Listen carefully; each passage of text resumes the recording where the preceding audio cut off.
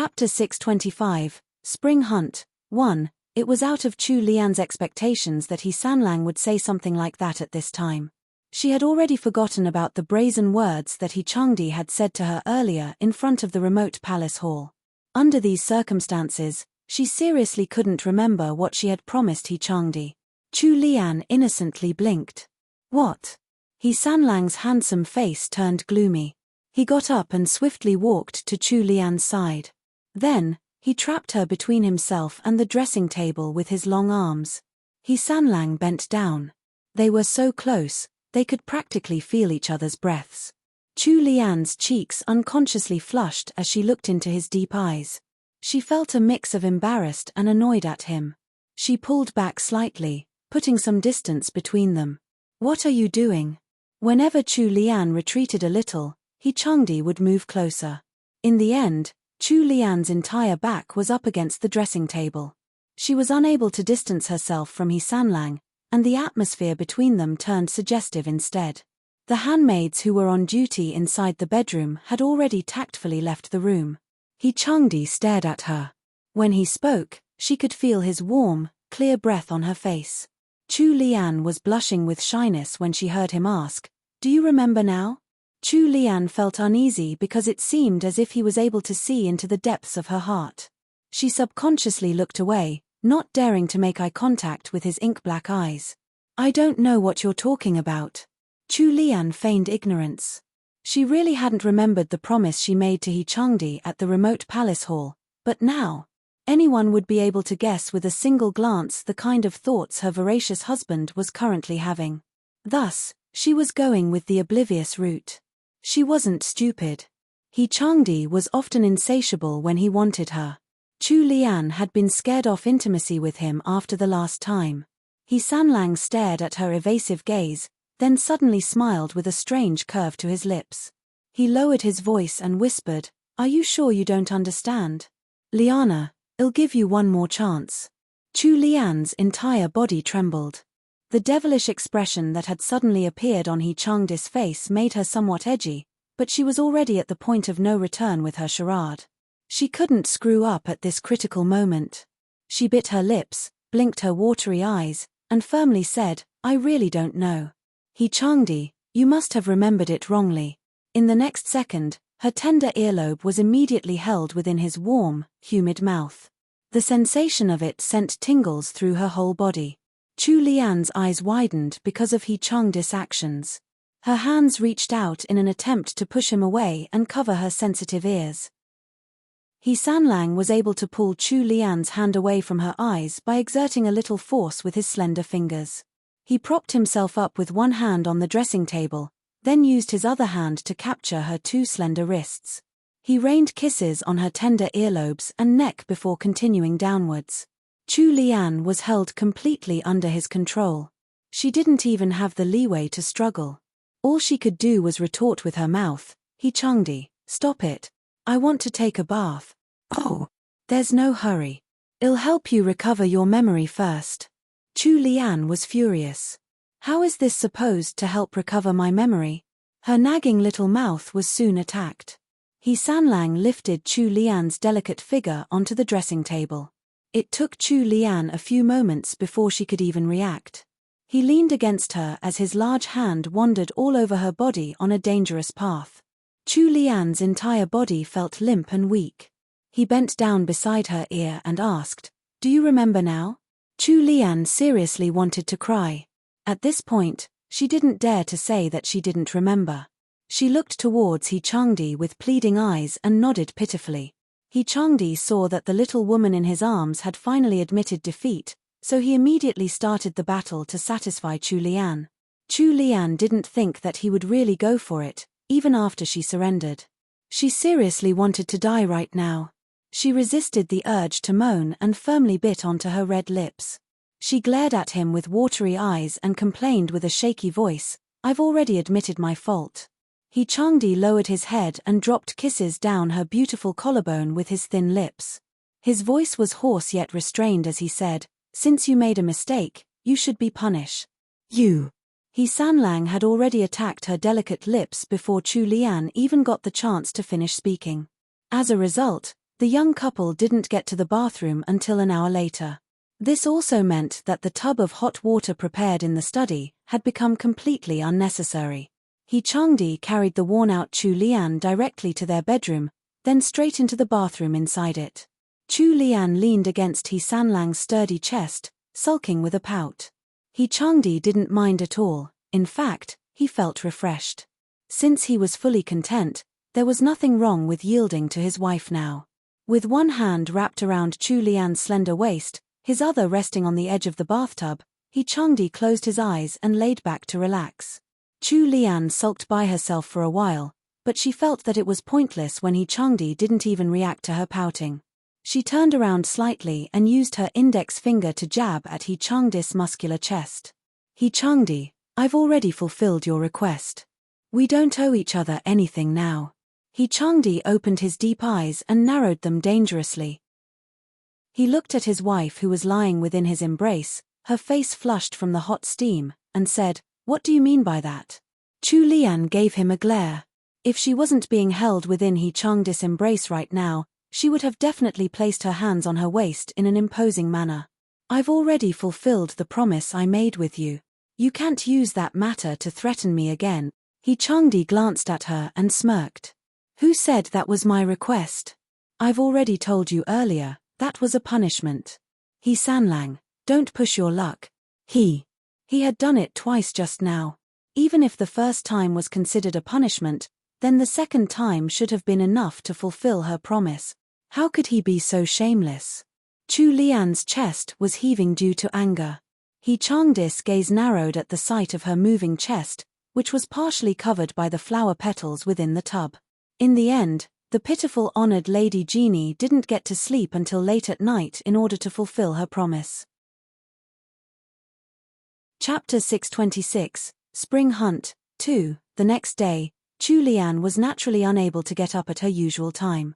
However, He Changdi got up early to attend morning court. The crown prince had been grounded. The emperor had even sent officials from the Supreme Court to investigate the incident regarding the fake phoenix. During morning court, He Changdi was simply standing amongst all the officials, but he had a strange feeling that there was a sharp gaze looking down on him from time to time. Only the Chengping emperor would possess such an oppressive gaze. Although the Chengping emperor had a good impression of He Changdi, he usually didn't pay all that much attention to him. A sense of caution immediately emerged within He Sanlang's heart. The emperor unexpectedly ordered He Changdi to stay after the court was adjourned. When He Sanlang came out of Qingjing Hall, he was holding an official document within his hand. It was an official document that he and his father, Count Jinggan, had presented to the emperor to request permission to leave House Jinggan and establish his own noble estate. According to the usual procedures, if things went smoothly, then it would have taken at least half a month to obtain the approval. However, all the procedures had somehow been completed within a few days. Moreover, the Chengping emperor had personally handed the official document to him. It inevitably caused He Changdi to think deeper into this situation. Furthermore, the emperor had even rewarded him with a plot of land within the capital to use as the Arnuen estate. Real estate was very expensive within the capital. Even for noble families who had lived in the capital for several generations, it would be difficult for them to purchase properties here. Originally, He Changdi and Chu Lian had already decided on the estate that they were going to move into. Although it wasn't considered a luxurious manor, the estate had 4 courtyards, which was enough for the young couple to live in. If they chose an estate that was too big, then it would feel rather empty. He Changdi took a look at the property that the emperor had bestowed upon them. It was a 5-courtyard estate that was located in a good area of the capital. The mansion had originally been the residence of a prince during the era of the first emperor. Later on, the mansion had become vacant after that prince had left for his own assigned lands out of the capital. Following the changing of generations, the prince had eventually passed away. However, the estate had remained vacant ever since. Many high-ranking officials and noblemen had had their eyes set on this estate for a long time, but the Chengping emperor owned the property. Thus, no one had dared to take the initiative to obtain that mansion. However, it had so easily fallen into He Changdi's hands now. Even He Changdi was perplexed. He Changdi immediately reported this matter to Chu Lian when he returned to the estate. Chu Lian also thought that there was something weird about it. Although they didn't understand why the emperor was suddenly being so considerate to He Changdi, they had obtained a good residence for themselves. It was a holiday the next day, so He Sanlang and Chu Lian headed over to Kangping Lane to take a look at the estate. Since the emperor had personally approved the official documents and specially gifted them with a new estate, Chu Lian and He Changdi completed their move out of the Jingan estate a month later. Matriarch He found out only on the day they were moving. She almost fainted after finding out. Mu Xiang, who was standing behind Matriarch He, was also in disbelief that He Changdi was really moving out. In the past, she had been able to get a clear understanding of the situation within Songtao court since she worked close by as the matriarch's handmaid. Now that He Changdi and Chu Lian were moving out of the estate, she wouldn't even have the chance to get close to He Changdi anymore. Mu Xiang was completely stunned. Senior Servant Liu noticed her soulless expression, which made Senior Servant Liu even more cautious of her. Within the entire Jingan estate, only Matriarch He and Mu Xiang were against He Changdi moving out. Countess Jingan had more of He Changdi's interests at heart. If He Changdi hadn't been bestowed the title of Marquis, then he should have continued living in the Jingan estate. However, her son had become a Marquis now. Even if they were able to live together, the position of Count Jingan would be passed down to Dalang in the future and her youngest son would still have to move out later. Dalang would definitely get married again by then. It would be troublesome if there was an uneven distribution between the two branches. Moreover, the capable young couple of the third branch had the ability to survive on their own. It would also be more comfortable for them. Count and Countess Jingan had also noticed that the matriarch was dissatisfied with Chu Lian. The matriarch had reflected on her behavior after Chu Lian had honestly reprimanded her at Qingxi Hall back then, but there was still a gap between the two. Once enmity sprung up between two people, it would be difficult to clear up misunderstandings and revert back to their previous relationship.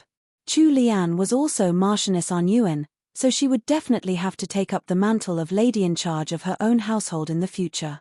It was better to let the young couple gain some experience outside while they were still young. If they made any mistakes at this point, Countess Jingan still had the ability to help them out right now. Count Jingan had the same opinion as his wife. However, his perspective was not only limited to He Changdi. Once He Changjue finally settled down, he would also allow his second son to move out with his wife. Chapter 627, Spring Hunt, 3, Chu Lian and He Changdi's new residence, the newly named Yuan estate, was close to Prince Wei's estate. It was only about 15 minutes via horse carriage. For walking, it would also take about 15 minutes when taking a shortcut. Thus, Royal Princess Duanjia was excited about Chu Lian's move, and even Prince and Princess Wei were very happy about this. On the second day after Chu Lian moved into her new residence, she sent out invitations to her close friends to invite them for a housewarming. Invitations were sent out to Princess Wei, Royal Princess Duanjia, Lady Yang, Old Duchess Zheng, House Ying's Madame Rong, and more. The lively celebration lasted for most of the day. At this time, Manager Qin returned from the northern border with his men. The shopfront on Jukyu Avenue that He Changdi had given her was in the middle of renovations. It was expected to be ready for business in about half a month. At the end of April, the emperor suddenly announced his plans for a spring hunt at the outskirts of the city. The palace worked swiftly. The list of attendees for the spring hunt was confirmed in just 3 days. That evening, He Changdi left work earlier and returned home to tell Chu Lian about the spring hunt. The Yuan estate was located close to Prince Wei's estate, so Chu Lian didn't really need He Changdi to inform her about the spring hunt.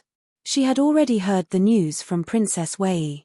Chu Lian knew how to ride a horse, but she didn't know anything about hunting, let alone archery. It would be considered pretty good if her arrow could even land on the target. However, during dinner, He Changdi told her that her name was on the list of attendees for the spring hunt. Chu Lian set down her chopsticks and exclaimed in shock. She curiously asked, weren't the officials prohibited from bringing their wives and daughters to the spring hunt in past years? There was nothing she could do there even she went. Was she simply going for a sightseeing trip while the others went hunting? When she thought of that scenario, Chu Lian was speechless to the point that she wanted to roll her eyes. Although He Changdi also felt it was strange, the invitees for the spring hunt had already been confirmed. Thus, it wouldn't be appropriate for him to reject the offer in front of the emperor by himself. He Changdi picked up some blanched lettuce and placed it into her bowl. For some reason, Chu Lian really liked to eat vegetarian dishes recently. On the contrary, she didn't really want to eat meat dishes because the greasy taste made her feel sick. She watched as He Sanlang picked up the vibrant green lettuce for her, and then obediently ate it. He Changdi continued speaking in his pleasant voice. This time, all ranked noble ladies of the imperial family are on the list. The emperor bestowed the title of honored Lady Genie upon you, so it's not that surprising for your name to be on the list. Chu Lian nodded. After much deliberation, that seemed to be the only reasonable explanation. This seemed to be the case when she looked at the list. Royal Princess Duanjia, Feudal Princess Anmin, and Imperial Princess Liao were all on the list of attendees for the spring hunt this time. While they were eating, Chu Lian suddenly thought of a matter. Why isn't there any news regarding my fifth sister's wedding? He Changdi didn't expect her to mention that matter out of the blue. When the couple had talked about this before, He Changdi had even mentioned that Xiaobo Jian and Miss Su were engaged. It was originally a matter that was already decided on. However, there seemed to be some unexpected changes in the situation because there hadn't been any news regarding their wedding up until now. He Sanlang shook his head. I'll send someone to look into it later. Chu Lian could only drop the topic for now. She was growing even more cautious of Xiaobo Jian inside. She had the feeling that it had been too peaceful recently. It felt as if Xiaobo Jian was holding back a big move. As time went by, Chu Lian was becoming more and more unsettled. On the second day of May, the Chengping Emperor set off for the spring hunt with his entourage of officials in tow. All the attendees had to gather at the plaza in front of the palace's main entrance to greet the emperor. After that, they would set off together. Separate carriages had been arranged to transport the supplies that each household brought along. The carriages would follow behind the procession and arrive 2 to 4 hours later. The spring hunt was to last for 3 days and 2 nights. On the way back, they were even going to take a detour to a temporary imperial residence for a short stay. There was a hot spring in the imperial residence, so everyone who was attending this year's spring hunt would get a chance to experience the imperial family's hot spring. The Chengping Emperor was to stay overnight at the imperial residence with everyone, and then return to the palace on the next day. Thus, the entire trip was planned to last for 4 to 5 days. Chu Lian and He Changdi woke up early this morning. Since they were going to participate in the spring hunt, Princess Wei had specially ordered several sets of riding attire for Royal Princess Duanjia and Chu Lian. Chu Lian and Royal Princess Duanjia had 3 sets of clothing respectively. Chu Lian had already tried them on when they were sent to the Arnuan estate. The first set was red and silver, the second one was light yellow, and the last set was cherry blossom colored. Although Chu Lian didn't have a tall stature, she had good proportions and a nice figure. The red riding attire that she was wearing today was even more figure-hugging than her usual attire. Her hairstyle was changed to a more simplified style for convenience as she would be riding a horse. She didn't wear any hairpins, but a thin silver-chained ruby headdress hung in front of her forehead. There were 2 small hair ornaments with pink pearl inlays on both sides of her hair bun. Chu Lian didn't wear earrings, so 2 small ear piercings can be seen on her fair earlobes. Wenqing and Wenlan were worried that third young madam would be cold. Although it was already May, they found a brocade cloak of the same color for her to wear. On her feet, she wore a pair of exquisite deerskin boots. The simple and practical female riding attire complemented her figure well. Chu Lian appeared more refreshing and gallant today, especially when she looked up with an unrestrained smile on her small face. She was like a radiant sunflower that people were reluctant to look away from. He Sanlang was unexpectedly dazzled by his own wife. Chapter 628, Spring Hunt, 4. The tall He Changdi was also wearing a set of riding attire today. A long bow and a quiver of arrows hung on the back of his horse, leaping clouds. He was standing beside his horse in his black riding attire, which was embroidered with complex patterns. His entire body emitted a chilly and sharp aura, as if he was a handsome god of war about to step onto the battlefield. He Sanlang rarely dressed up like this on normal occasions. Since he worked in the Ministry of War now, he usually wore court outfits. While in the estate, he would often wear a casual robe with a cloak. Even when he was practicing martial arts, he would just wear a simple practice outfit. Thus, even Chu Lian had rarely seen him wear such formal attire. He Changdi was truly worthy of the nickname, He Sanlang the Fair. When he dressed up like this, he would definitely charm numerous hearts by just casually walking around Zhukyu Avenue. Chu Lian walked up to He Changdi's side. She couldn't resist looking him over a couple more times before slightly pouting. If I knew you were going to look this good in riding attire, I wouldn't have let you change. He Sanlang had never cared about his appearance, so he didn't understand the meaning behind Chu Lian's remark. He just responded with a curious Chu Lian gave him a glare, then announced in a domineering manner, "I'll let it go this time, but I'm the only one allowed to see you wearing these kinds of outfits in the future." He Changdi immediately understood her meaning. The icy expression on his handsome face seemed to melt instantly. He reached out to caress Chu Lian's hair. He bent down slightly and spoke at a volume that only Chu Lian could hear. "All right, I'll only wear it for you to see. I'll go change into another outfit. There's still enough time." After he finished speaking, he straightened his back, seemingly really intending to return to their room to change. Chu Lian hastily grabbed onto his sleeve and said speechlessly, "I can't believe you're actually going back to change. You're not allowed to go. Everyone is going to be dressed in riding outfits later. If you don't wear this, then the others will start gossiping." A corner of He Changdis' mouth lifted irresistibly. He reached out his hand to stroke the buttons on the front of Chu Lian's riding attire, then he moved closer to her like earlier. "I share the same thoughts." Chu Lian gaped a little in shock.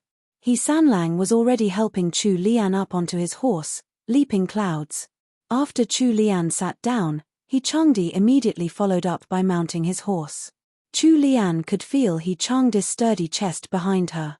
She clasped the reins in a daze, turned around with a stiff face, and asked awkwardly, "You were riding on the same horse?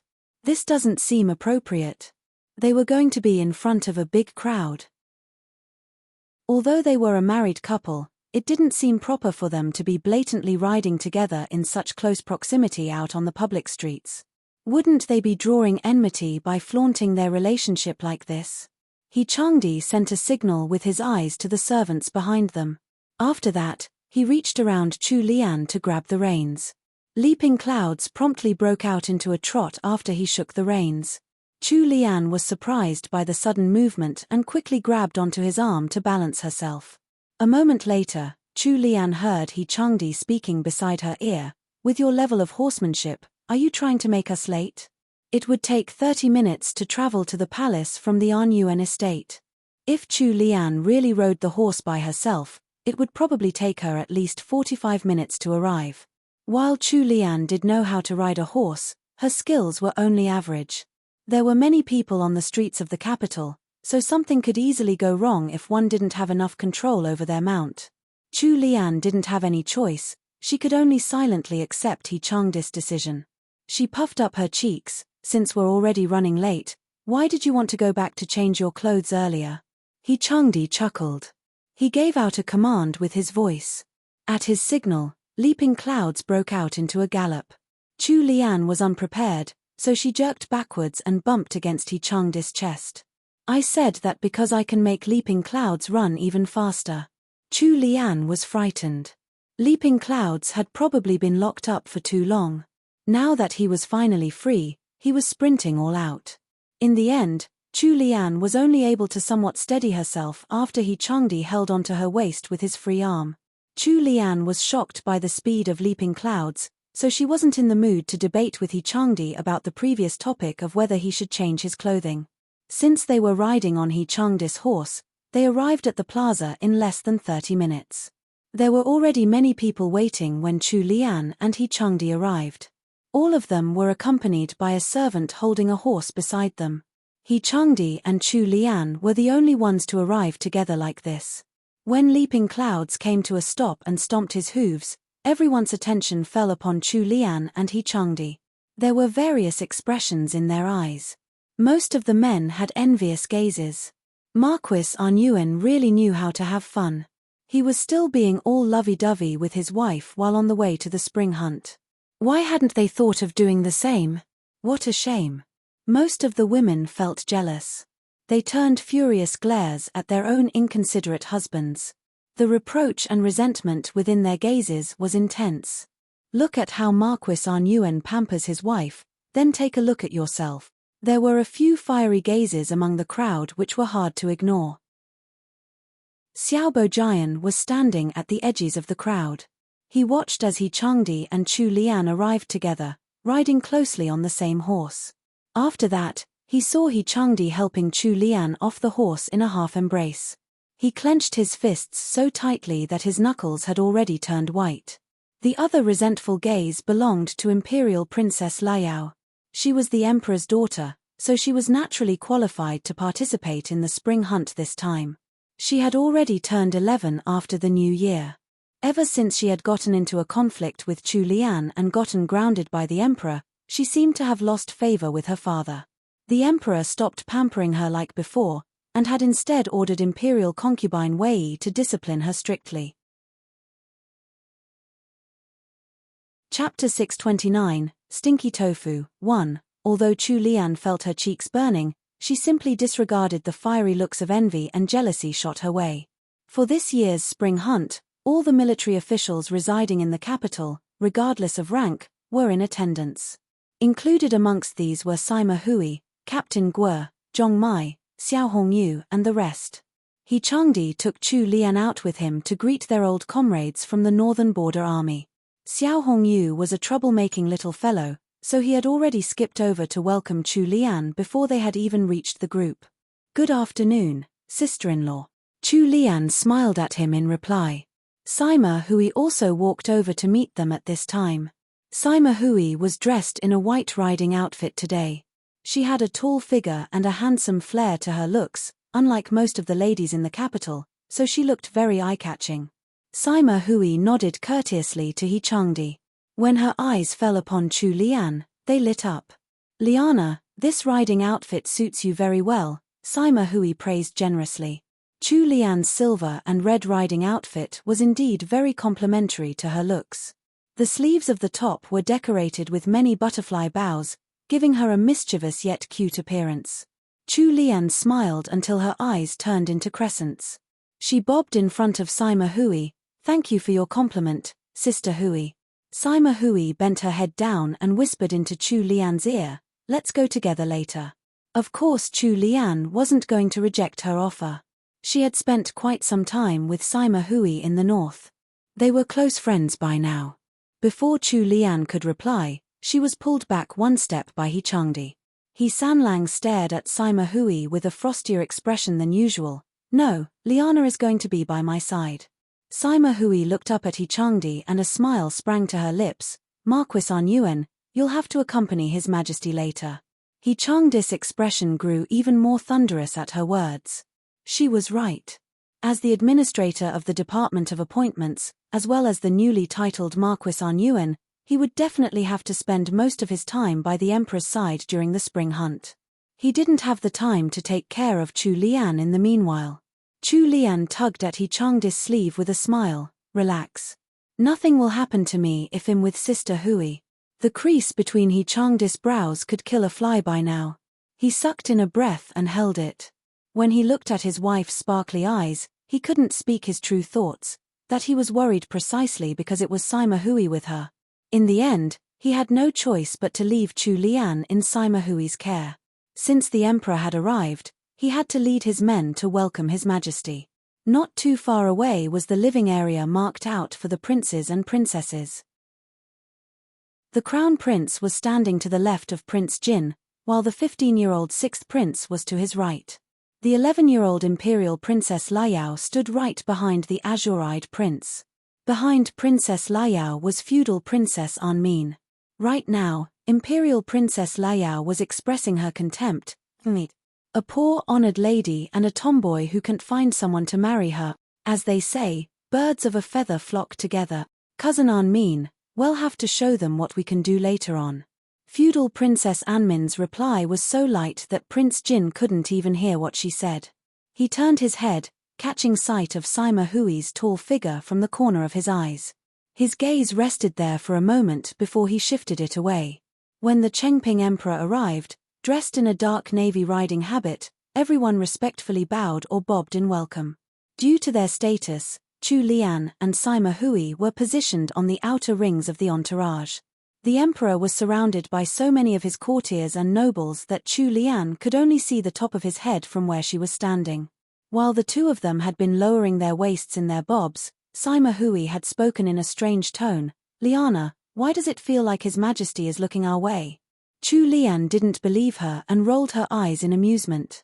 "There are so many people around, why would His Majesty look at us? However, I wasn't expecting to be invited this time. I'm not really related to the imperial family after all, and my title is the lowest-ranked honored lady." Chu Lian's words made Sima Hui frown. "Liana, make sure you don't leave my side later." This was indeed a little out of the ordinary. She didn't have any knowledge of the future events from now on. It would be best to be careful in everything she did. Once the officials from the Ministry of Rites finished the opening ceremony for the spring hunt, the emperor led all the members participating in the hunt off in a grand procession. Chu Lian and Sima Hui were riding near the middle of the large group, together with many other noble ladies. Although Royal Princess Duanjia wanted to ride with the two of them, she had no choice but to ride up front with Princess Wei, Imperial Princess Liao and the rest of the imperial family members due to her special identity. At the back of the group were the carriages holding their luggage and servants. The imperial hunting grounds were located at the outskirts of the capital, so it wasn't too far away. They would likely reach before 2 p.m. He Changdi, Xiaobo Jian, Heir Zheng and various princes, nobles and the young sons of nobles were all following by the emperor's side. Their proximity to the emperor was normally arranged by seniority and rank, but for some reason, the emperor had specially picked He Changdi to be by his side today. Since the emperor had named him personally, He Sanlang had no choice but to accept. He controlled his mount and stayed at least half a horse's length behind the emperor. The emperor didn't speak at first, he simply remained silent with a cool and stony expression on his handsome face. He Sanlang. "Your Majesty, this humble official is here." The edges of the emperor's lips curved upwards. "It's rare for us to have this chance to talk. Tell us of the sights and scenes of the northern border in Liangju." Chapter 630, Stinky Tofu, 2. He Changdi didn't dare to tarry in front of the emperor. After his experience in his past life, He Sanlang understood how the emperor was as a ruler. He was clear with his rewards and punishments and ruled over the country with a fair hand. He could be deemed a wise ruler. He had a secret spy corps under his control which would seek out underground information for him and listen to his orders alone. The identities of the emperor's spies were a mystery and any information about the corps was hidden deeply. Even the crown prince had no clue about what the secret spy corps did. Sometimes, He Changdi suspected that the emperor knew about almost every secret in his lands, but he simply kept quiet about his knowledge. His knowledge might pertain to the major politics going on in the background with his courtiers, or be as minor as the battles between legitimate and illegitimate children in the rear courts of his nobles' estates. Thus, it was best to speak truthfully with as many details as possible in front of the emperor. If one tried to boast or exaggerate, they would likely die in mysterious ways one day. He Changdi picked out some incidents to speak of from his experience in the north. They were all little stories which didn't focus on any person in particular. He couldn't tell what the emperor was thinking from his expression. The emperor suddenly tugged on the reins of his mount. He held his soft riding whip aloft and set it down against the flank of his horse, which immediately responded by breaking into an all-out gallop. The guards and courtiers surrounding the emperor immediately urged their own steeds to follow. For some reason, the emperor seemed to be in the mood for a fast ride. His horse sped on faster and faster, until only his guards and the few courtiers with better horsemanship like He Changdi could keep up. The party had dwindled down to only 10 in number. He Lin reminded the emperor with worry, "Your Majesty, Perhaps it would be better to wait here for now. The princes and princesses have yet to catch up. There were only 10 people here with the emperor right now. If any assassins were lying in wait, they likely wouldn't be able to escape with their lives intact. The Chengping emperor's gaze was wandering over their surroundings, with no indication that he had heard He Lin's words. He finally pulled at the reins and slowed his horse down. The emperor cast a sideways glance at Enchanting, who had maintained the same distance from him all this time, with a new glint of satisfaction in his eye. The ones remaining here were all the emperor's trusted subordinates and guards. He wouldn't have to worry about anything he said now spreading elsewhere. As if realizing the emperor's intentions, a chill sprang up in Enchanting's heart. Even after living an entire lifetime before, he couldn't help but be nervous at this time. The emperor had urged his steed into a gallop on purpose earlier. He had likely been counting on Enchanting being able to keep up, and had been intending to lure Enchanting into this situation. Sanlang held on to his reins with one hand, his eyes cast downwards and his mind on full alert. Suddenly, the emperor spoke. "When did you get married?" The strange question made Enchanting freeze up for an instant, but he quickly replied, "The end of August last year.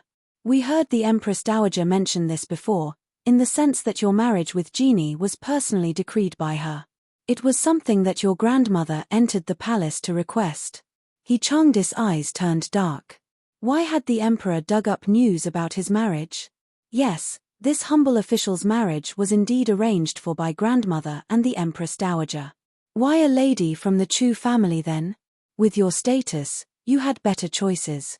While there wasn't any change in the emperor's expression, his tone had become more stern, even carrying a trace of unhappiness. Although Enchanting could sense that the emperor was hiding his anger, he didn't understand the source of it. He couldn't say any falsehoods at this point either, he could only speak the truth. "Your Majesty must have heard about our He family's problems.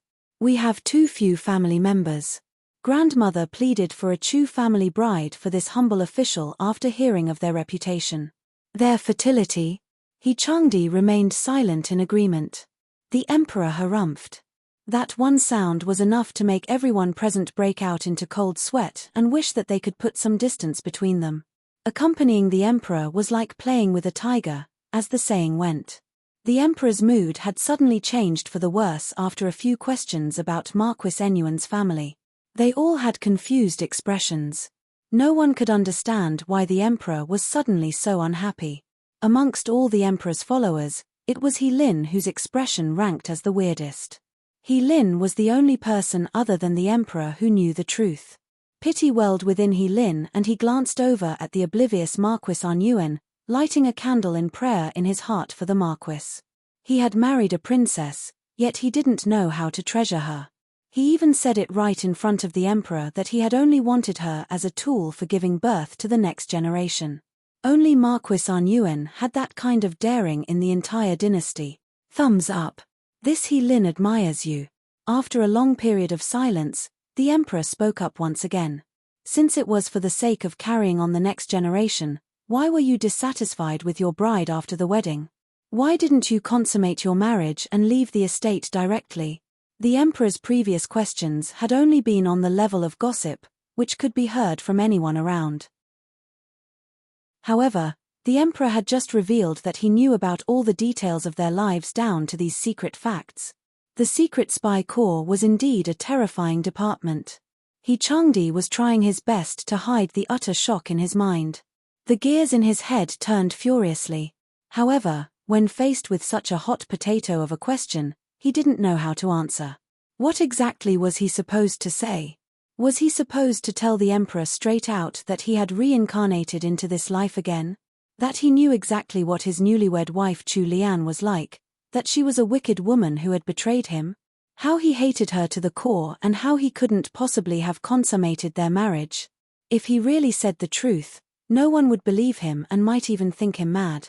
Any explanation that touched on the supernatural would give him a straight path to ruin. Enchanting had no intention of speaking the absolute truth. Chapter 631, Stinky Tofu, 3, Your Majesty is wise. It was this humble official who didn't see clearly in the past. The expression on the Chengping Emperor's face turned even more sour upon receiving such a vague answer from He Changdi. He cast a cold glance over the young man behind him, obvious disappointment in his gaze. Do you think that genie isn't good enough for you? Alarm spiked in He Changdi. He didn't understand why the emperor would have such thoughts.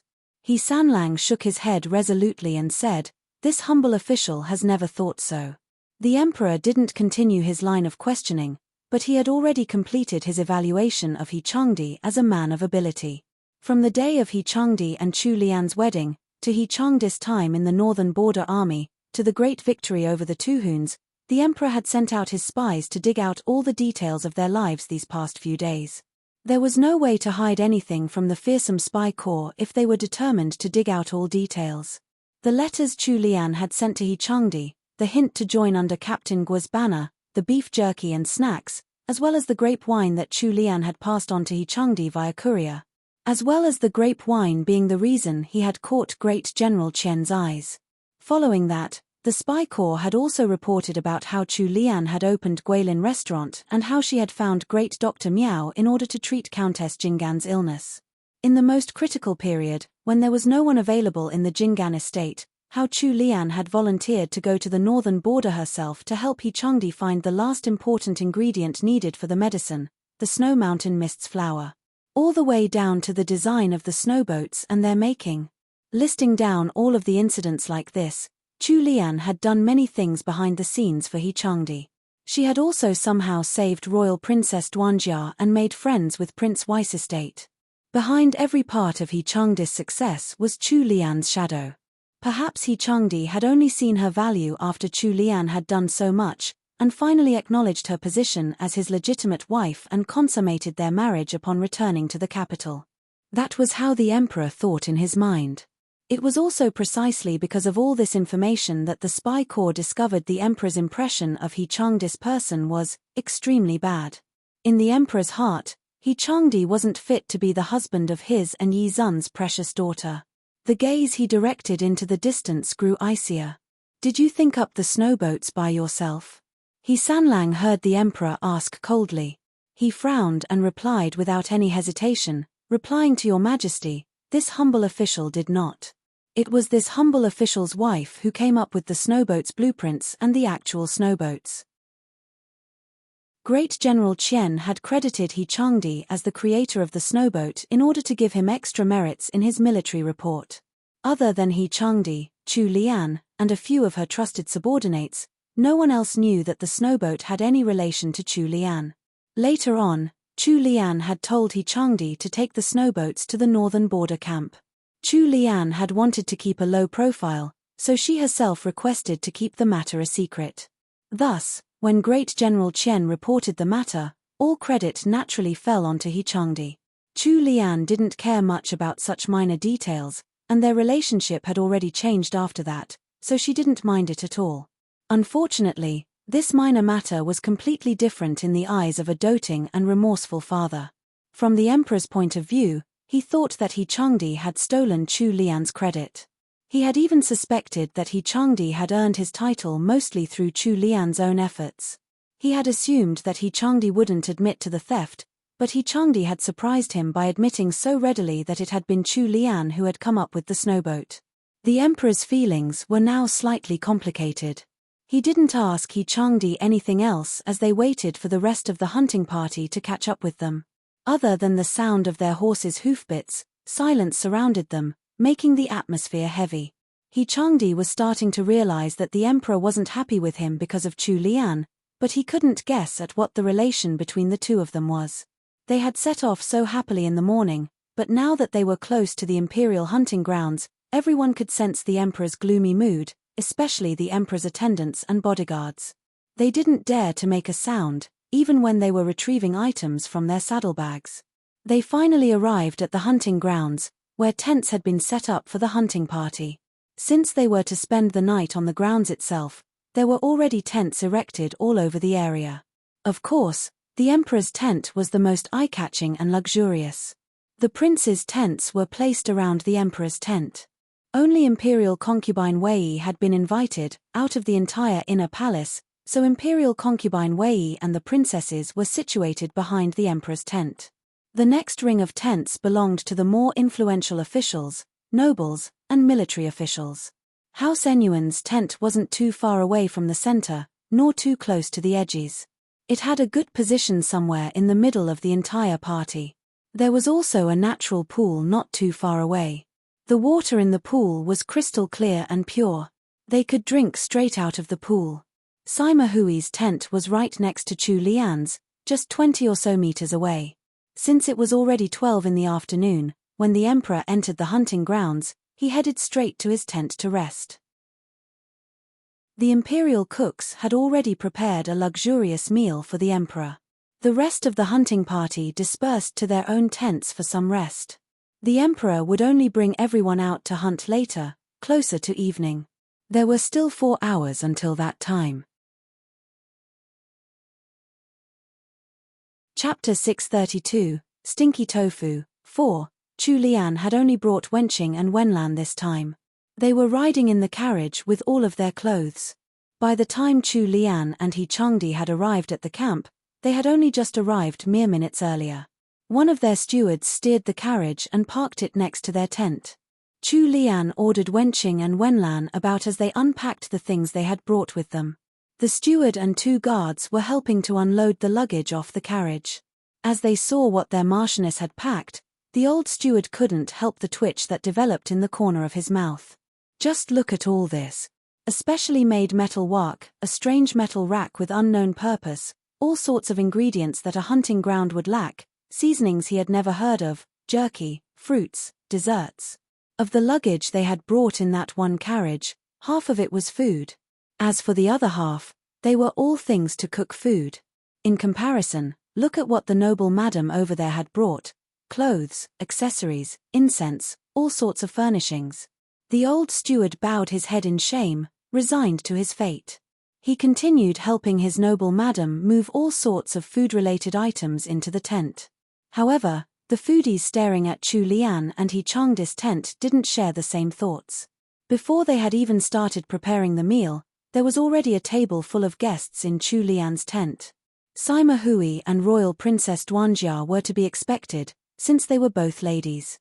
However, what was with Great General Qian and Old Duke Zheng inviting themselves in?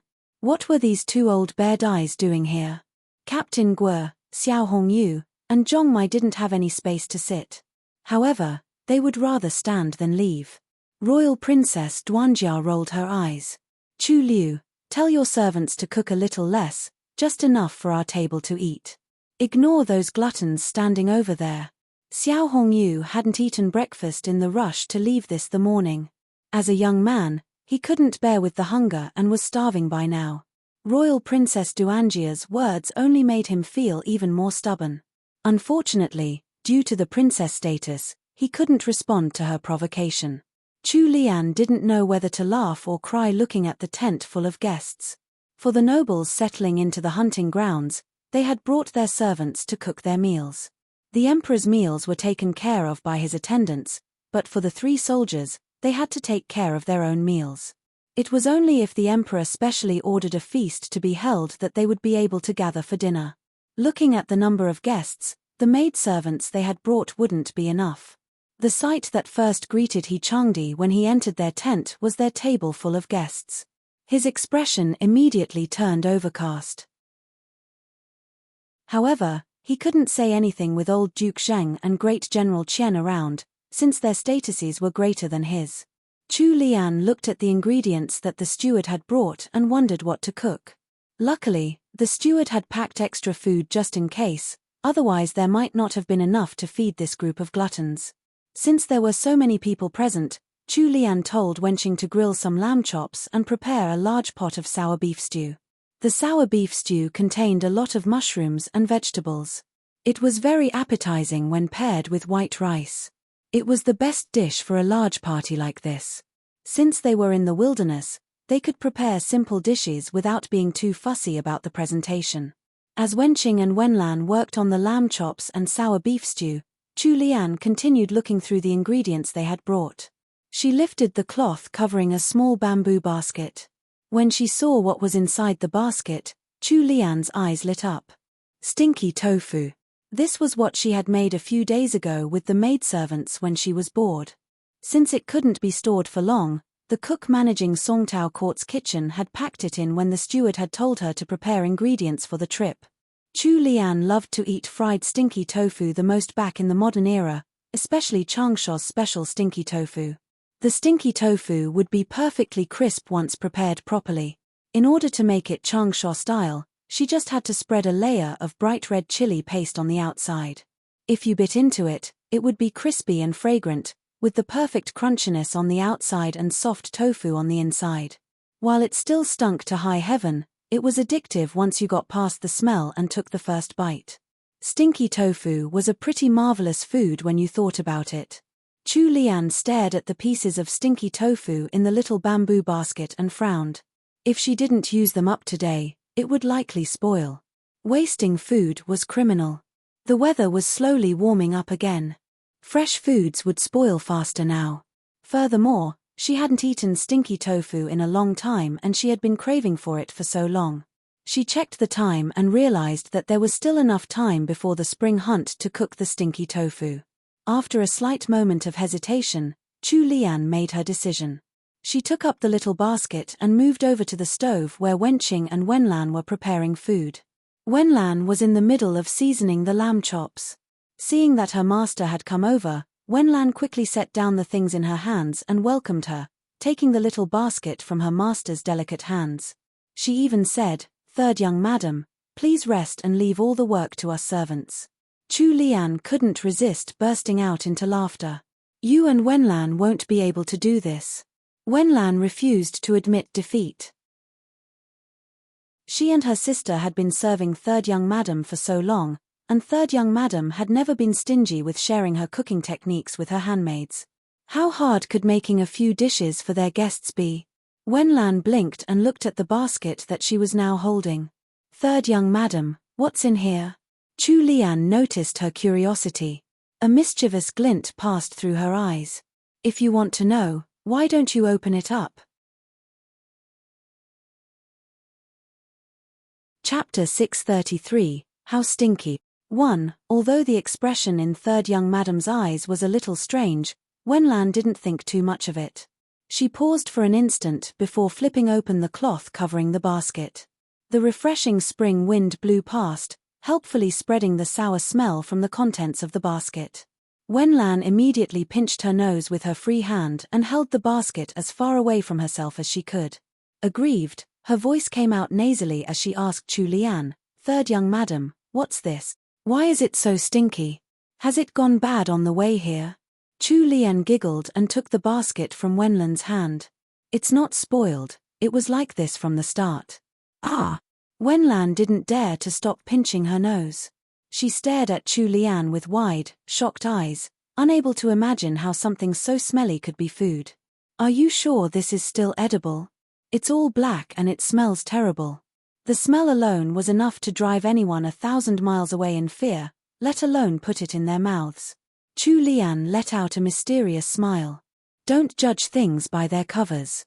Once you have a taste of this, you'll be hooked immediately." Although Wenlan didn't reply, still in disdain over the stinky tofu in the basket, the blatant curiosity in her eyes betrayed her.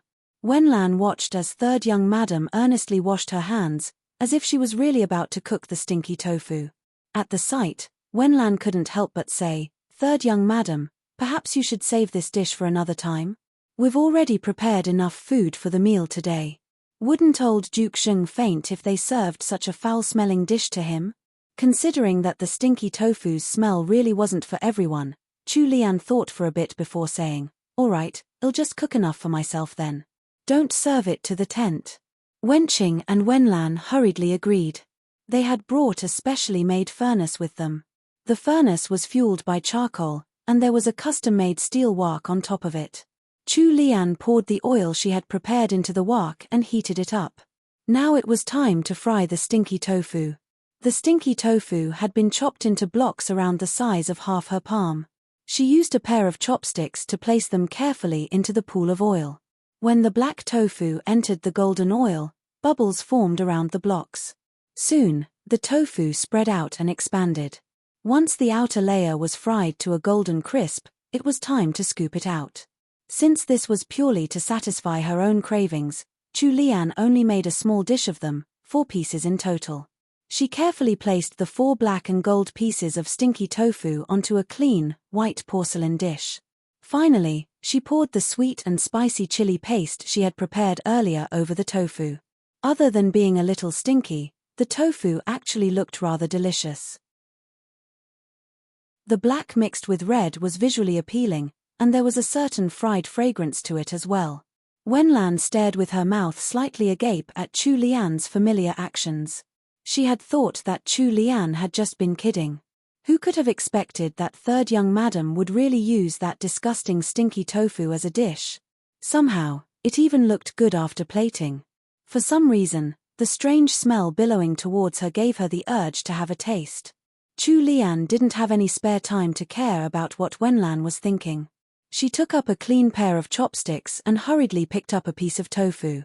Then, she blew on it to cool it down before placing it into her mouth.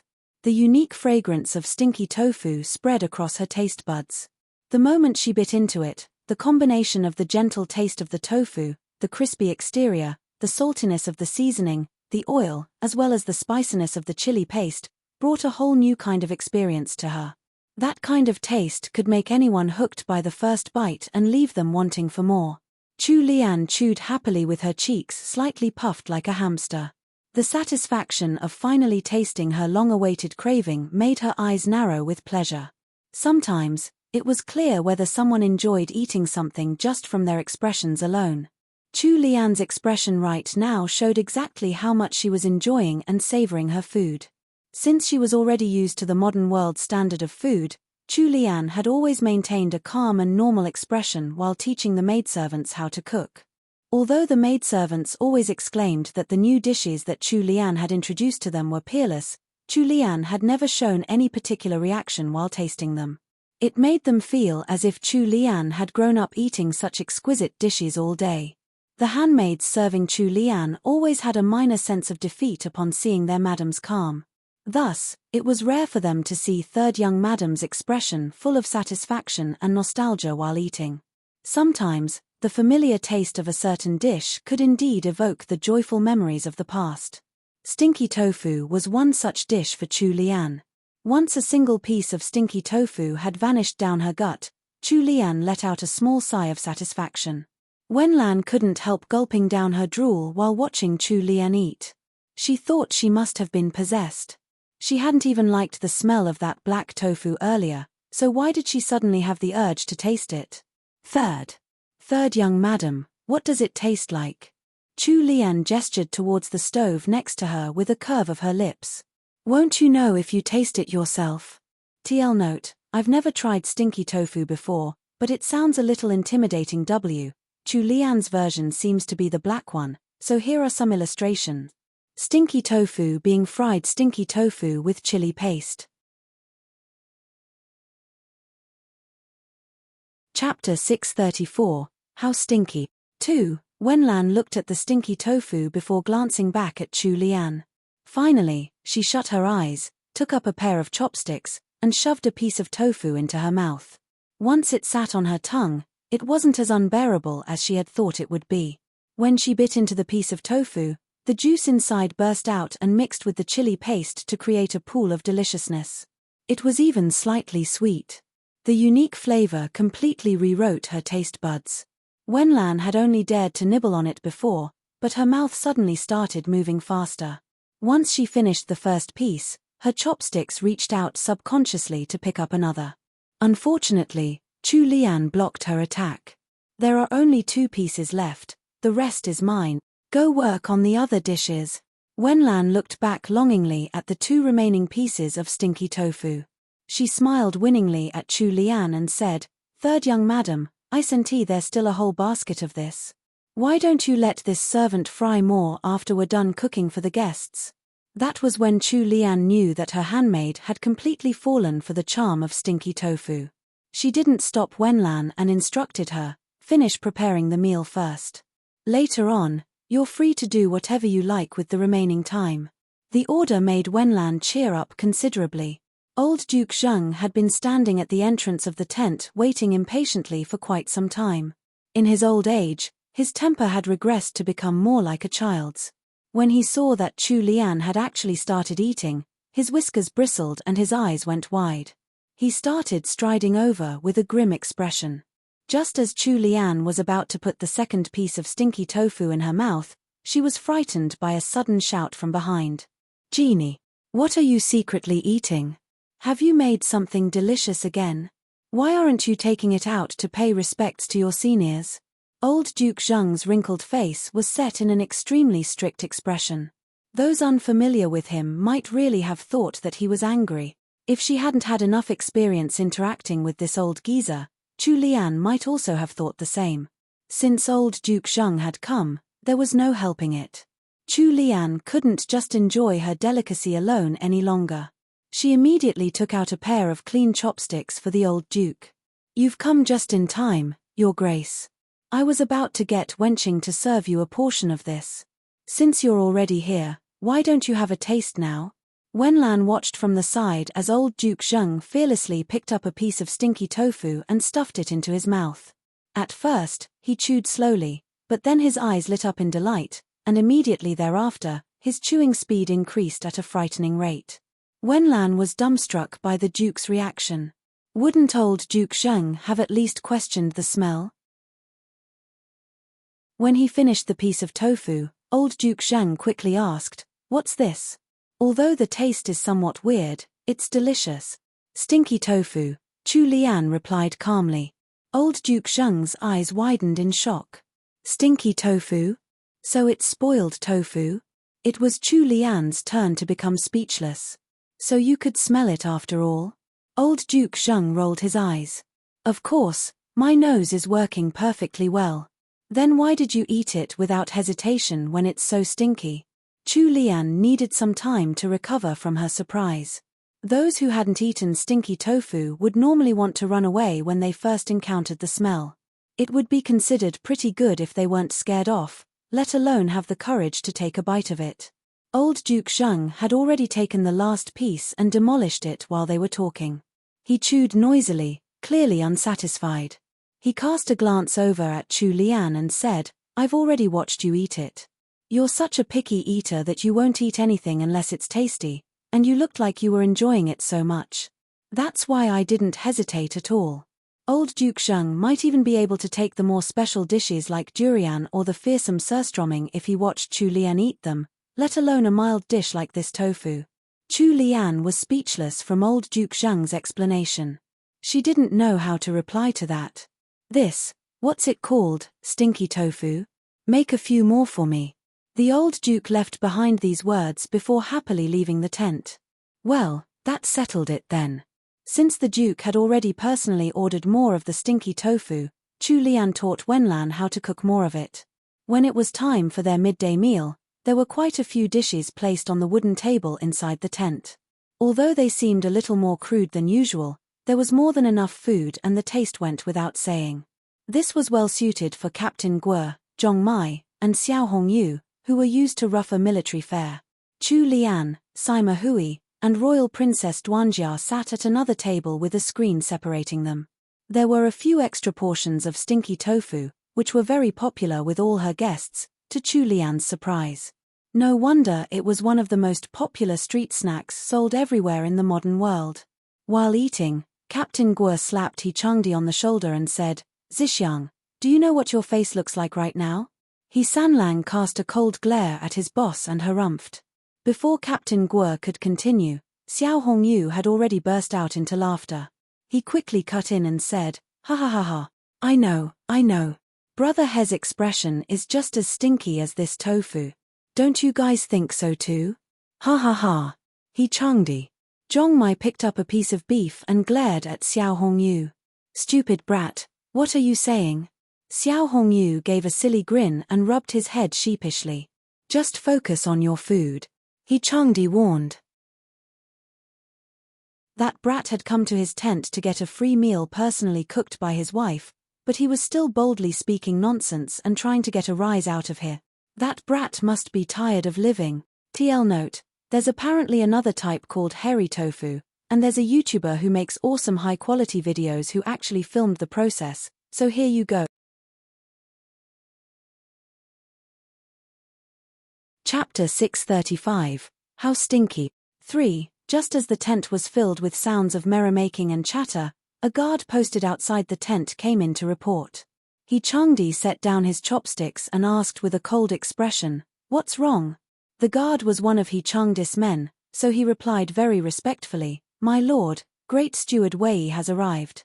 By Great Steward Wei, the guard was referring to the emperor's trusted attendant, eunuch Wei Chenghai. Why had he chosen to visit during mealtime? Of course, everyone in the tent had heard Enchanting's conversation with the guard. They all set down their chopsticks as eunuch Wei was ushered in by the guard.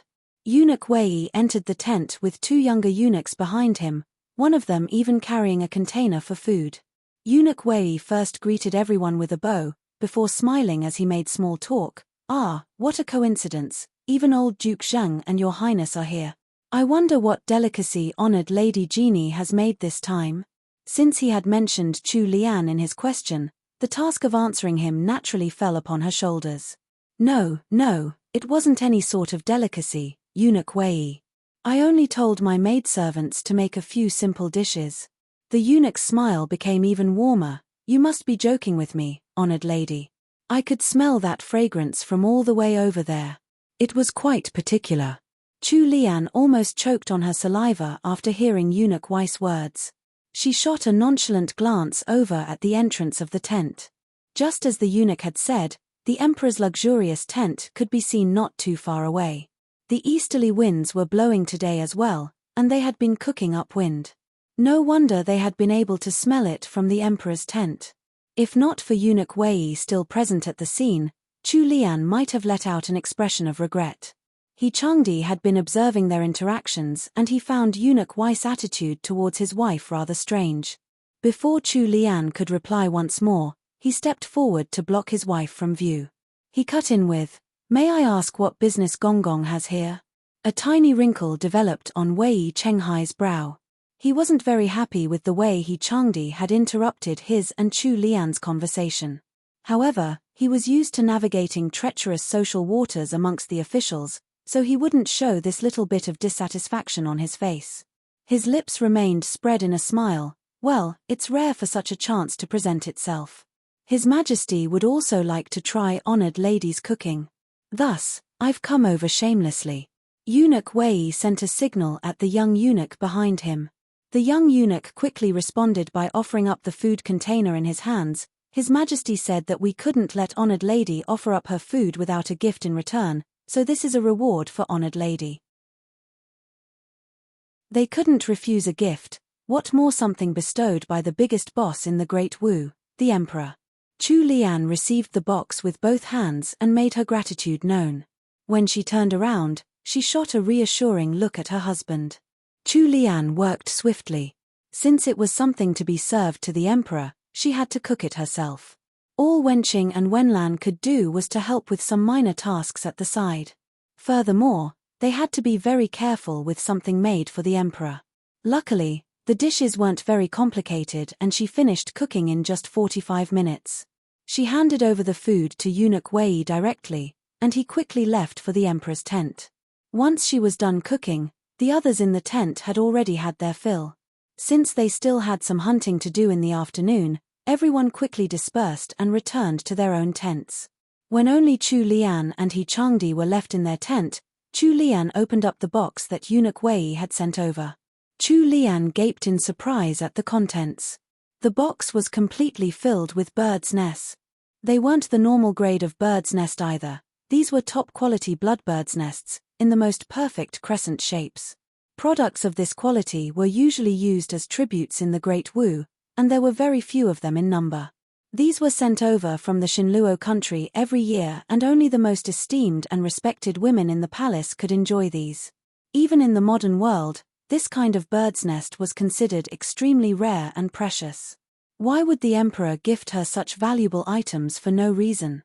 Chu Lian stared at the huge pile of bloodbird's nests with her eyebrows drawn together. She looked up at Enchanting, who seemed to be brooding over the gift as well. "Hubby, What do you think His Majesty is thinking by sending such precious gifts? He Changdis' profound gaze flickered over to Chu Lian. All the events of today had also left him rather confused. He caressed Chu Lian's cheek gently and shook his head. I can't discern His Majesty's intentions for now. Let's just wait and watch. Since she couldn't understand what was going on either, Chu Lian simply set aside her thoughts and ordered Wenqing to put away the top-quality bird's nest. Let's give some to Mother when we return. While Countess Jingan's illness had already been cured, she had struggled with it for so long that her body was sorely lacking in vigor. The nutritious bird's nest was exactly what she needed to boost her health right now. Warmth suffused He Changdis' heart. He pulled Chu Lian over into his lap. No need, I just sent some medicinal ingredients over to Mother a few days ago. He Changdi placed light kisses down her cheek as he explained in a low tone. Chu Lian took his hand and started playing with his fingers. But I don't have any use for this bird's nest. My body's perfectly healthy, I don't need to eat things like that. Eating nutritious products like bird's nest when it wasn't needed could instead cause adverse effects to her body and affect her health. However, He Changdi didn't catch Chu Lian's meaning immediately, and his mind somehow turned on a crooked path instead. He bent down closer to her ear and let out a low chuckle. What, are you worried that you'll be overly nourished again? Don't worry. With me around, we can work together to extinguish your fires anytime. Chu Lian was in awe of how He Changdis' mind could twist anything into something perverted.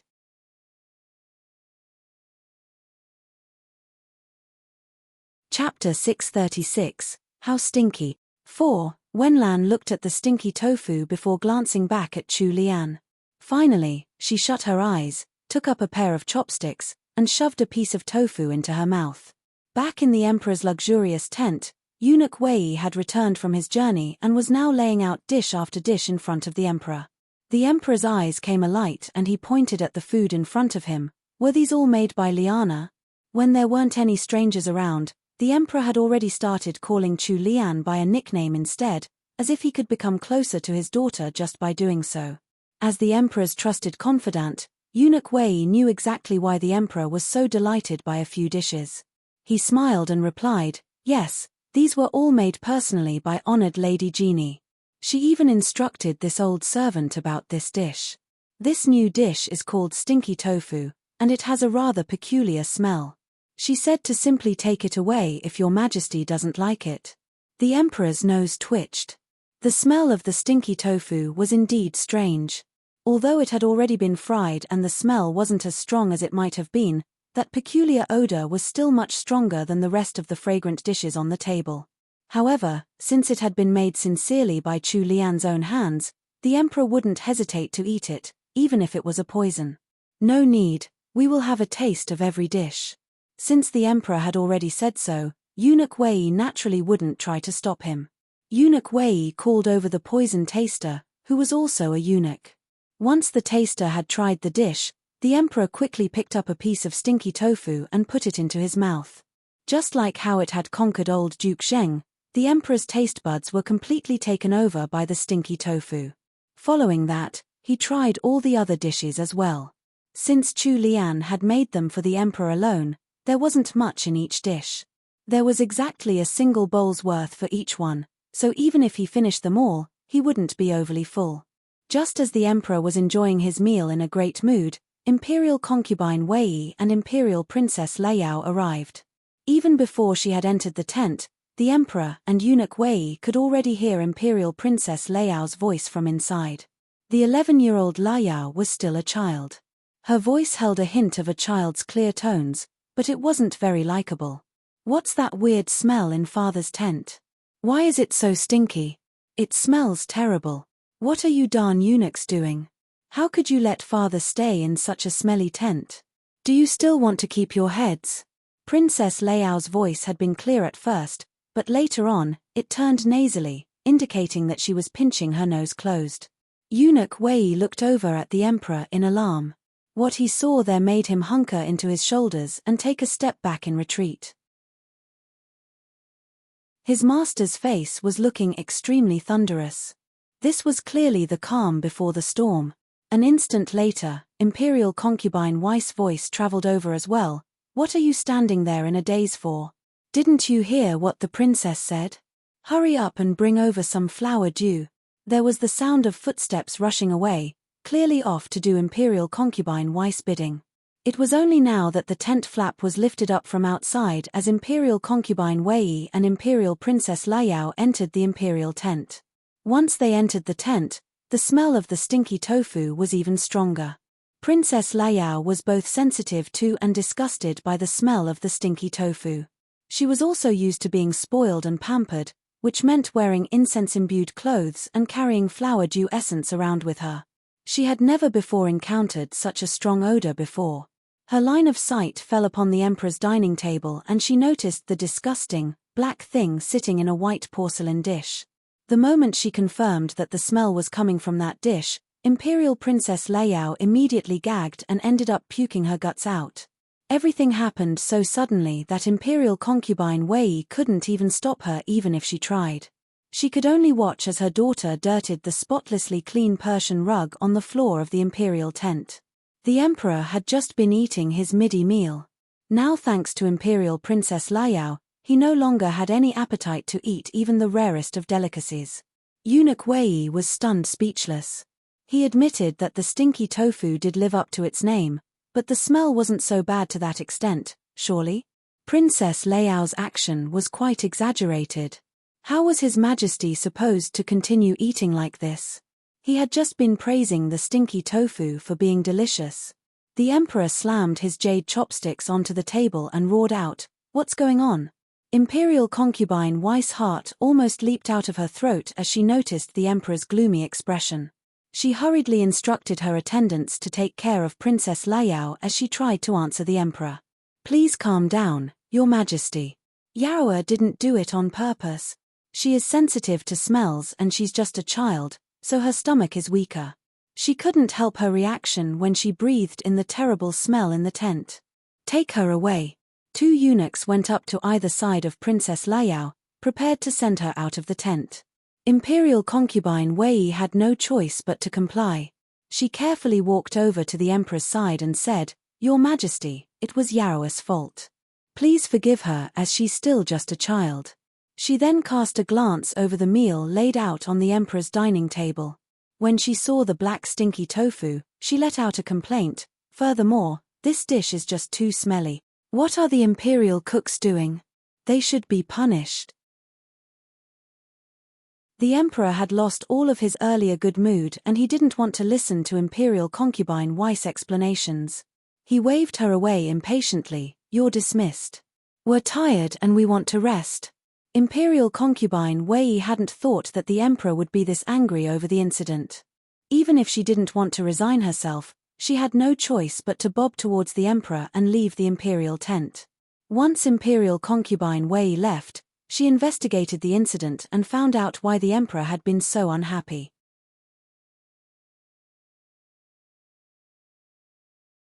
Chapter 637, Falling Off Her Horse, 1. So it was Chu Lian who had made that dish. She gritted her teeth and was instantly overcome with anger at Chu Lian. Concubine Wei lightly patted her daughter's back, then lovingly asked Princess Liao, "Are you feeling better?" Princess Liao had puked until her face had turned deathly pale. She only managed to stop puking with great difficulty, and she picked up a cup of tea from a palace maid.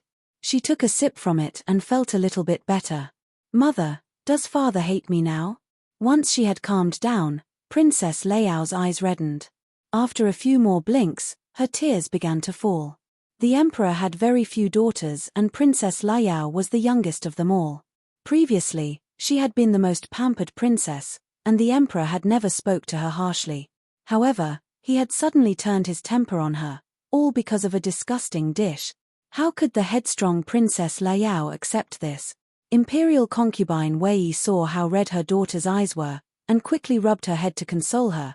"Yaoa, how could you think that? Your father has always loved you the most. He's just in a bad mood today, and you got caught up in it." Princess Liao sniffled, then buried her face in her mother's soft bosom. Imperial concubine Wei gently caressed her daughter's smooth hair, but her mind was incredibly tense as well. It was apparent that she had underestimated the place that the slut Yizun held in the emperor's heart. That girl was merely a lost cause that had crawled out of Yizun's belly, yet the emperor valued her so much. While imperial concubine Wei doted on her daughter, she couldn't spend all day with her as there was still the hunt in the afternoon. The emperor would lead his officials to the forest to hunt, so she needed to act as host for the female guests. A short while later, imperial concubine Wei hastily left, but she bumped into feudal princess Anmin at the entrance of the tent. Anmin, take good care of Liao. That child is in a bad mood today. Imperial concubine Wei assigned this task to her before leaving. Feudal princess Anmin respectfully complied. When imperial concubine Wei left, Anmin entered the tent to console imperial princess Liao. In the tent, Princess Liao suddenly cried out in alarm, then her eyes widened with rage and disbelief. Cousin, what did you just say? Chu Lian cooked all the food at father's table just now? Feudal princess Anmin, who was 2 years older than Liao, wore a grave expression as she nodded. That's right. With that information in mind, Princess Liao clenched her teeth. She wished she could put Chu Lian to death right now. Having been pampered by everyone in the palace, she was used to being arrogant and domineering. The 2 times where she had had to suffer the emperor's criticism had both been caused by Chu Lian. Adding on to that her hidden feelings for He Changdi, she truly hated Chu Lian now. Luckily, she didn't know of Chu Lian's true relationship with the emperor, or she would probably go mad otherwise. Ah, how can that Chu Lian be so vile? Princess Liao was angry and frustrated. Feudal princess Anmin softly sneered and rolled her eyes. Cousin, why waste your time in hatred? Since you dislike her, just make life difficult for her. We're ladies of the imperial family, what's there to fear? Remember Chu Lian's identity. At best, she might be called Marchioness An Yuan, but at worst, she's just a child from a third-rate family. Hearing feudal princess Anmin's words, Princess Liao's eyes shone. Cousin, do you have an idea that can help me relieve my anger? In the afternoon, everyone gathered in the plaza after resting. The plaza was covered in flattened grass and surrounded by a fence of banners. It was clear that the stewards in charge of the hunting grounds had made proper preparations. There was an open-air stable, an exquisite viewing arena, an archery range, a beautifully maintained polo field, and various other facilities. The emperor walked at the very front, and personally called out the names of people who were to enter the forest to hunt with him. Most of them were military officials. He Changdi, Royal Prince Lu Tai, Heir Zhang, and others were named. Even Sima Hui, the lady who had never been given a chance to prove herself as an equal match with men, was named. Prince Jin, who had been standing behind the emperor, suddenly glanced in Sima Hui's direction. He may have looked at her in a low-key manner, but his gaze carried a subtle warmth and smile. Sima Hui had been raised like a son. When she heard her name, she stepped out and saluted with a smile. Her actions were natural and open, and there wasn't any hint of shyness or embarrassment in her gestures, unlike most ladies. Her cool action immediately won the eyes and admiration of many young military officials. Though the emperor announced the names very quickly since it was already midday, they still had to hurry back before it got dark. Thus, everyone mounted their horses, and they galloped away into the forest. Right as the emperor left, Princess Liao disregarded the protests of her servants and guards and jumped onto a horse. She pulled on the reins, and followed them into the forest. Feudal Princess Anmin hid in an inconspicuous spot, watching with disdain flashing across her eyes. Her lips suddenly widened into a smile. She turned towards an unfamiliar palace maid and said, "Did you see that? Tell 6th brother that it's been done." He Changdi, He Lin, Captain Guo, and several others had been personally ordered by the emperor to stay by his side. Currently, practically everyone had already hunted down an animal or two. He Sanlang in particular was doing very well. He showed mastery in archery, and never missed. He had only shot 5 arrows, and every single one had hit a target. Due to this, the emperor seemed to look upon him with favor. In the forest, an agile doe was moving about. The emperor raised his bow and took aim. Right as he was about to shoot, he heard the voice of a guard beside him. "Your Highness, something happened." The moment of distraction was enough for the doe to escape into the distance. The emperor angrily asked in a deep voice, "What is it?" The guard trembled, but remained determined to make the report. "Your Highness, Princess Liao has followed us, she's right behind." "What? This is preposterous." The emperor's face instantly turned from tranquility to anger.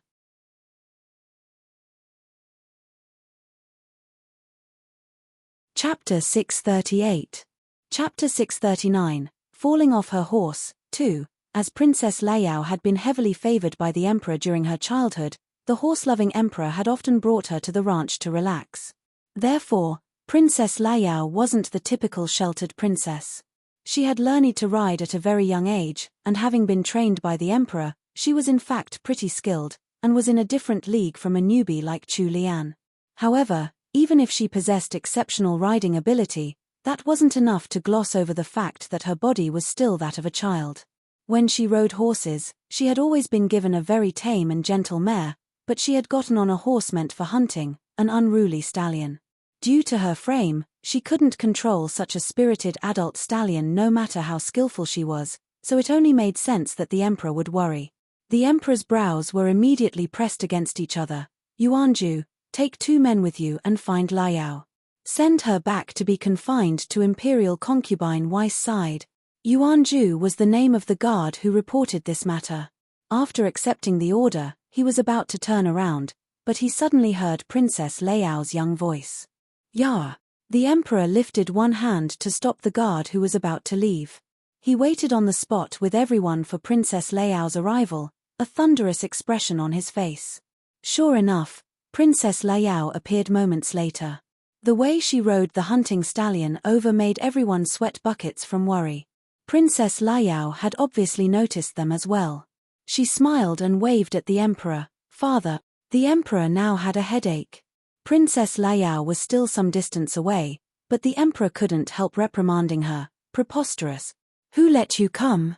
You're looking nothing like a lady." Princess Liao seemed to have predicted such words from the emperor, so she raised her chin at Sima Hui's direction. "Father, General Sima is a lady as well, yet she's allowed to be here. You're being sexist." The emperor hadn't expected Princess Liao to refute him like this, and it made his rage swell up even more. Right as Princess Liao's horse was about to reach the emperor's side, her horse suddenly reared up. It then started to flail around randomly like it had gone mad. The emperor's eyes widened. "Protect the princess." Amongst the people that were in the vicinity, the closest ones were He Changdi and Royal Prince Lu Tai. They couldn't see what had happened, but it was obvious that Princess Liao had lost control of her horse. Due to this abrupt development, Princess Liao herself started screaming in fright. She had only ever ridden gentle mares, so she had never encountered a situation where she completely lost control of her horse. In the end, she showed that she was still a child when her face paled and she subconsciously screamed.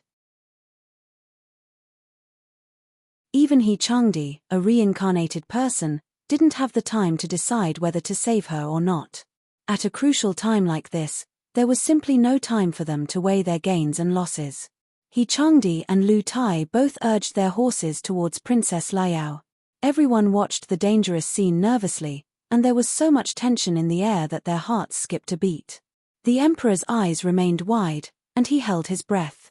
Unfortunately, He Changdi, Lu Tai, and the other guards were still too slow. After all, they were too far away and distant waters couldn't put out a nearby fire. Before He Changdi and Lu Tai could get to her, Princess Liao had already been flung off the horse. The stallion was strong and spirited, while Princess Liao was merely an 11-year-old child. Getting flung off a horse like that, even if she survived, she would probably be crippled. A high-pitched neigh came from the stallion right before it fell to the ground, stirring up a small cloud of dust. The horse had been slaughtered by He Changdi with a single stroke. It had already gone mad. If he hadn't beheaded it, it might have ended up trampling on Princess Liao who had fallen to the side. Everyone hastily rushed over. Lu Tai carefully held Princess Liao up. He didn't make any sudden moves, for fear that it might worsen any injury that she had sustained. The emperor anxiously rushed to Lu Tai's side. "Yaroa." Even if Princess Liao's character had become more displeasing to him, she was still the daughter the emperor doted on the most. Right now, his daughter had gotten hurt before his eyes, so there was no way he could keep his cool. Hearing the emperor's shout, Princess Liao seemed to have returned to her senses from her shock of getting thrown off the horse. She looked towards the emperor's direction, and began to cry loudly, "Father, father, I'm scared. It hurts." The emperor felt the pain of his heart being wrenched. The smart and wise ruler was at a loss for what to do when faced with the cries of his youngest daughter. He could only come up with an awkward attempt at consolation. "Don't be afraid, Yaroa, I'm here with you." After saying that, he roared at the top of his lungs for the imperial physicians. The imperial physicians were always brought along for the spring hunt, as minor injuries were commonplace during the hunts. However, the imperial physicians never followed them out on hunts in the forest, and they were currently still at the campsite.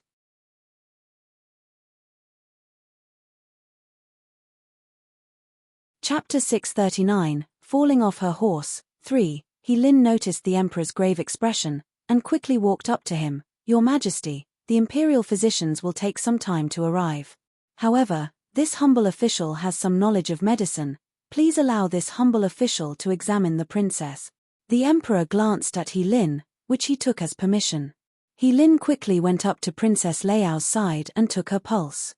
Princess Liao stayed still, and Lin quickly examined her as quickly as he could. A few moments later, Lin turned around, with his brows tightly pressed together. "What's the result?" The emperor was very familiar with Lin, who was the commander of the Yulin army. Seeing the expression on his face, he was very much aware that the situation was dire. Right as Lin was about to speak, the emperor raised his hand to stop him, then took a few steps to the side, signaling to Lin to speak softly. Lin put his thoughts in order and his expression became even more somber. "Your Majesty, please forgive me for being blunt, but I'm afraid Princess Liao's left leg might be crippled. Even if we find a highly skilled doctor who can save the leg, Princess Liao will have trouble walking in the future even in the best case." The emperor sucked a cold breath through his teeth. What? His daughter's leg was crippled? Lin was an incredibly conservative and competent person and he always spoke appropriately. He would never say something that he wasn't sure of. Since he said that Princess Liao's leg was truly crippled, the reality might even be worse than his statement. The emperor shut his eyes, and calmed down soon after. He walked back to Princess Liao's side. At this point of time, he had already regained his rationality. Right now, he wasn't just a father. In front of everyone, he was a monarch who wouldn't tolerate any failure. "Yuan-ju, bring some men with you to take the princess back. At the camp, get Physician Ju to treat Yaroa immediately." The guard, Yuan-ju, immediately complied. Earlier, the emperor and Lin had intentionally stepped away to speak in privacy, but Changdi had still been able to hear their conversation with his sharp ears. He was rather surprised at the condition of Princess Liao's leg. In his previous life, this hadn't happened at all. Even up till his death, all he knew was that Princess Liao was living happily and well. Yuan-ju was about to pick up Princess Liao from Royal Prince Lu Tai's arms when Imperial Princess Liao unexpectedly cried out. With tears streaming down from her eyes and a heart-rending wail, she pointed at Changdi and demanded, "Father, I want Big Brother Changdi to take me back, woo-woo." The emperor was stunned. He stared over at Changdi, who was still holding the long sword he had used to behead the horse in hand. The sword was still dripping blood, and he had an aura of slaughter about him. Actually, Princess Liao's demands were very sudden, and even more unreasonable. Although their rules weren't as conservative as to forbid 7-year-old boys and girls from sitting at the same table, that didn't mean that men and women could freely mix around in the Great Wu. Changdi was a married man. While Princess Liao was 11, she was already in the process of becoming a lady. In the Great Wu dynasty, ladies could marry once they came of age. There were families who even started looking for suitors for their daughters when their daughter turned 12. At this age, it was already necessary for Princess Liao to keep her distance from men. Furthermore, Princess Liao had hit puberty earlier than average. Perhaps due to the good environment she had been raised in, she looked more mature than other girls that were her age. Although she was only 11, she didn't look much different from girls who were 13 or 14. Once Princess Layao spoke, many people in the surroundings covertly placed their eyes on He Changdi. There were some with thoughtful looks, some with jealousy, some with contempt, and some with malicious intent. He Changdi hadn't expected Princess Layao to make such an excessive demand at this juncture. Speaking of his interactions with Princess Layao, the only one worth mentioning was saving her once in order to grab the emperor's attention. After that, Princess Layao had somehow gotten the opportunity to meet him several times. At that time, Princess Layao was only 10, so He Changdi hadn't thought much of it at all. After that, he had gone to the northern border to fight for merit, and had finally returned after their great victory after the New Year. The last time he had met Princess Layao was at a banquet in the palace, and they had only nodded to acknowledge each other's presence. Although He Changdi disapproved of Princess Layao's demands in his heart, he didn't think too much of it. In his eyes, Princess Layao was just a child who had yet to become a woman. He stood there, motionless, with his frosty countenance and calm disposition as usual. It was obvious that the emperor couldn't make out what was on his daughter's mind, but he recalled the fact that He Changdi had saved his daughter last year. Thinking about it, perhaps his daughter wanted He Changdi to send her back because she wanted to rely on her savior. He Changdi had saved her before, so he could give her a sense of security. He glanced at He Sanlang, Marquis An Yuan, send the princess back. Since the emperor had spoken, He Changdi had no choice but to comply. He took Princess Layao from Royal Prince Lu Tai's arms, then led Yuanju and the other guards as they returned to the campsite on their horses. The treatment for Princess Layao's leg couldn't be delayed. The emperor watched motionlessly as He Changdi left with Princess Layao for a long moment. No one could tell what was on his mind. Finally, he got back onto his horse, and led his many officials deep into the mountains. Since he had watched his daughter get hurt, he had no mood to continue the spring hunt. However, he had already brought so many officials and nobles out, so it wouldn't be right to just return like this. He had to keep his spirits up and at least make a round around the hunting grounds today.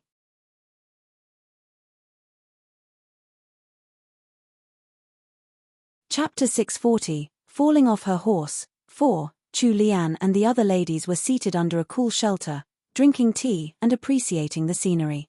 At this moment, she was seated right beside Princess Wei and Royal Princess Duanjia. The one in the highest seat was Imperial concubine Wei, which was to be expected. Then there were the various wives of the princes and imperial ladies. There seemed to be quite a number of people here, and the 3 viewing shelters were all completely filled. Royal Princess Duanjia tossed a walnut that Jinxiu had already opened into her mouth, and rolled her eyes in the direction of feudal Princess An Min. Princess Wei noticed her action and glared at her. Duanjia, don't be rude. Chu Lian was seated by Royal Princess Duanjia's side, so she turned to look towards feudal Princess Duanjia after hearing Princess Wei's comment. At this time, feudal Princess Duanjia and the other princesses were deeply engrossed in conversation. Royal princesses, feudal princesses, honored ladies, and other titled ladies who were related to the imperial family didn't possess any territory in the Great Wu dynasty. It wasn't like in the Tang dynasty where ladies could be granted territory. It was possible for small amounts of land to be granted, but the disparity in treatment between men and women was like that of heaven and earth. Even the closest female members to the emperor didn't hold much power. Feudal Princess Anmin's mother, Princess Andi, was one such person. Princess Andi was the 8th daughter of the previous emperor. Her mother had been of lowly birth, and was a palace maid who had been taken by the previous emperor when he had gotten drunk once. After a difficult birth with Princess Andi, she had soon passed away. Rumors in the palace spread that Princess Andi was an unlucky star to her mother, so there was no concubine who was willing to foster her. She spent her younger years amongst the palace maids, and sometimes, she hadn't even gotten to eat her fill. Later on, when the current emperor had taken the throne, Princess Andi was finally bestowed a title. However, due to the time that she had languished in the palace, the peak of Princess Andi's life had already passed before she got married. She only managed to give birth to a daughter, feudal Princess An Min, when she was almost 30.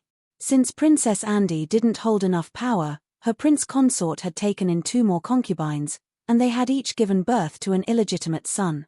Due to the existence of the illegitimate sons, feudal Princess Anmin didn't have a harmonious family.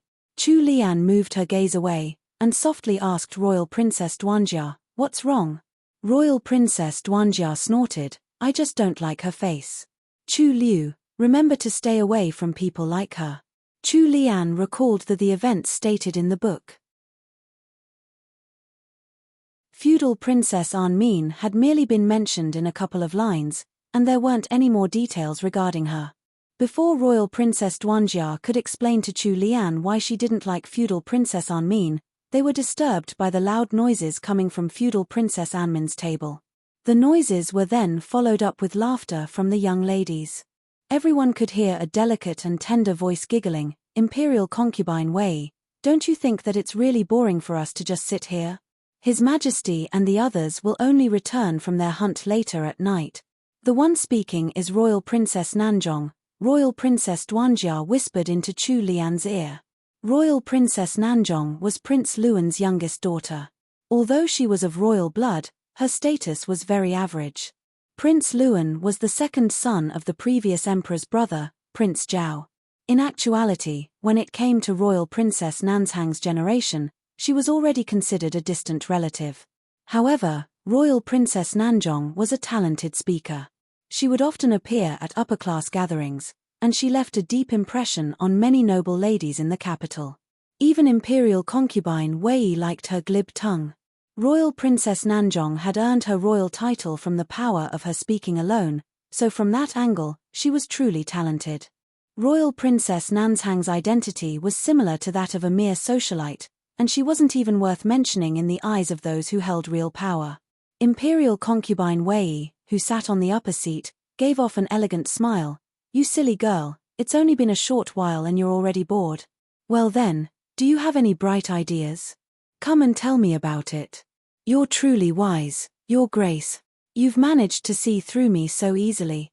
Since you don't mind, I'll voice my bold suggestion." As she spoke, Royal Princess Nanjong swept her phoenix eyes around the shelter. She had a smile on her face, which made her seem amiable and approachable to others. "Although we are of the fairer sex, it's not like we actually lack any strength. We may not be as strong as General Sima, but I believe that practically everyone here can ride a horse. How about we play a game of polo?" In the Great Wu dynasty, both football and polo were extremely popular. As horses were expensive, football became more popular to the masses than polo. Sometimes, young children could be seen playing football on the streets. Polo, on the other hand, was an activity solely for the rich and noble. Practically all noble ladies knew how to play it. Women's polo was a little more gentle than men's polo, and the sticks and balls that they used were different. They also played with fewer players than men, and they played using the most carefully selected tame mares. Generally, there was no danger involved at all. This game was also an activity whereby ladies could showcase their physical talents. Imperial concubine Wei seemed to be swayed by Royal Princess Nanzhang's words. She smiled and said, "Nanjong has made a good suggestion. Since we're already out, we might as well have some fun. Everybody came here in riding attire, so it would be a waste for us ladies if we don't make use of this opportunity to play."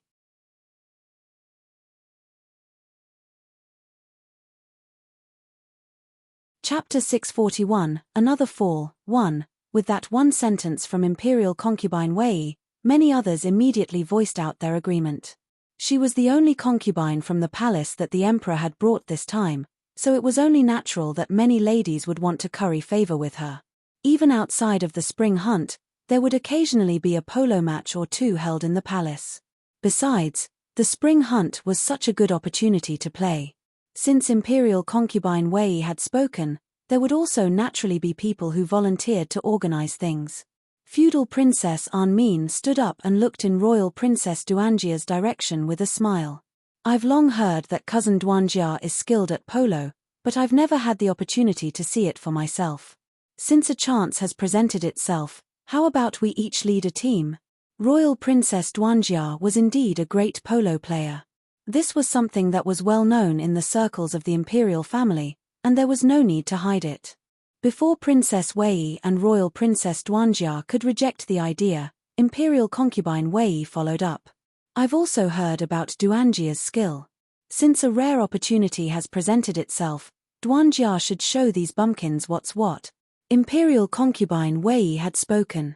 It was very difficult to reject her at this point unless Royal Princess Duanjia had a real, physical excuse. Chu Lian had read through half of the original story, so she was aware that Imperial concubine Wei and feudal Princess Anmin weren't easy to deal with. This was especially so for Imperial concubine Wei. Since she had spent many years in the palace, she definitely possessed some wit, along with the power to wield it. While all this seemed like nothing out of the ordinary, there might be a trap hidden somewhere. With these kinds of people who plotted many steps ahead, if one wasn't smart enough, the best choice would be to keep a low profile. But Imperial concubine Wei seemed to have her sights locked on to Royal Princess Duanjia today. Just what was she intending to do? Logically speaking, Prince Wei was the Emperor's most favored brother, and Prince Wei never involved himself in politics at all. If Imperial concubine Wei had some brains, she would behave amicably to be in the good graces of the Emperor. She wouldn't do something so stupid as to make things difficult for Royal Princess Duanjia, and she wouldn't dare to make Prince and Princess Wei her enemies. Chu Lian looked towards Royal Princess Duanjia and blinked. Her intentions were obvious, she was warning Duanjia to be careful. A slight smile surfaced on Royal Princess Duanjia's lips. She looked quite like Chu Lian when she smiled, and when put side by side, the two did indeed look like sisters. When Princess Wei caught sight of the two, she nearly became entranced by them. Royal Princess Duanjia stood up. Since Imperial concubine Wei has already said so, Duanjia has to step up. Great. We'll have an exciting polo match to witness today then. Since it's going to be a competition, there has to be a prize. I shall use this bracelet of South Sea pearls as the prize for the victor, Imperial concubine Wei happily said.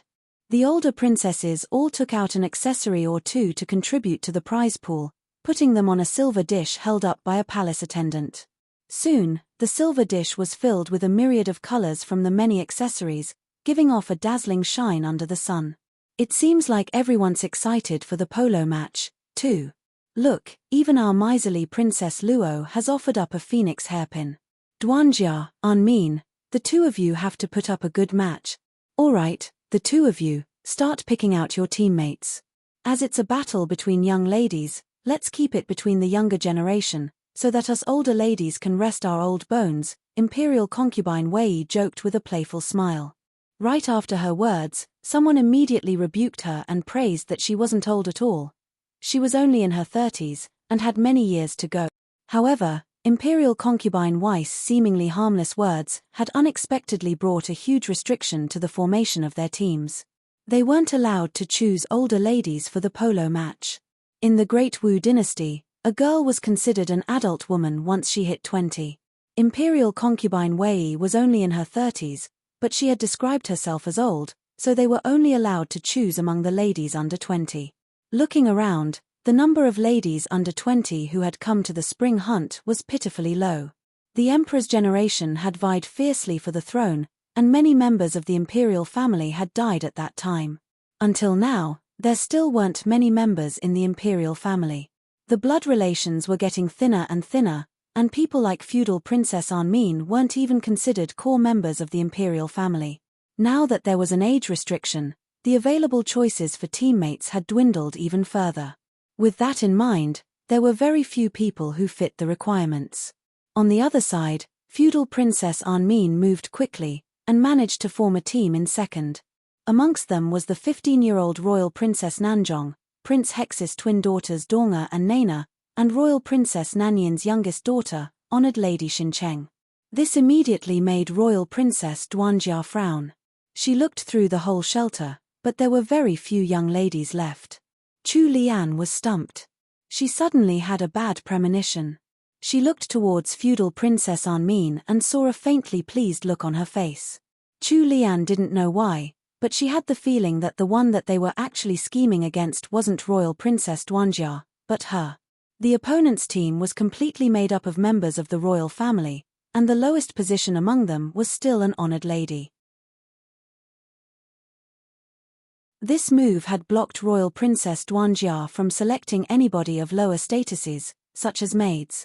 She had to select ladies with proper backgrounds, or it would be disrespecting her opponents. Dignity trumped over everything. If Royal Princess Duanjia failed to assemble her team, there would be no need to even compete. Her side would have already lost, and would be ridiculed. Royal Princess Duanjia was competitive in nature, and she couldn't stand failure. Once her competitiveness took over, even Princess Wei wouldn't be able to control her.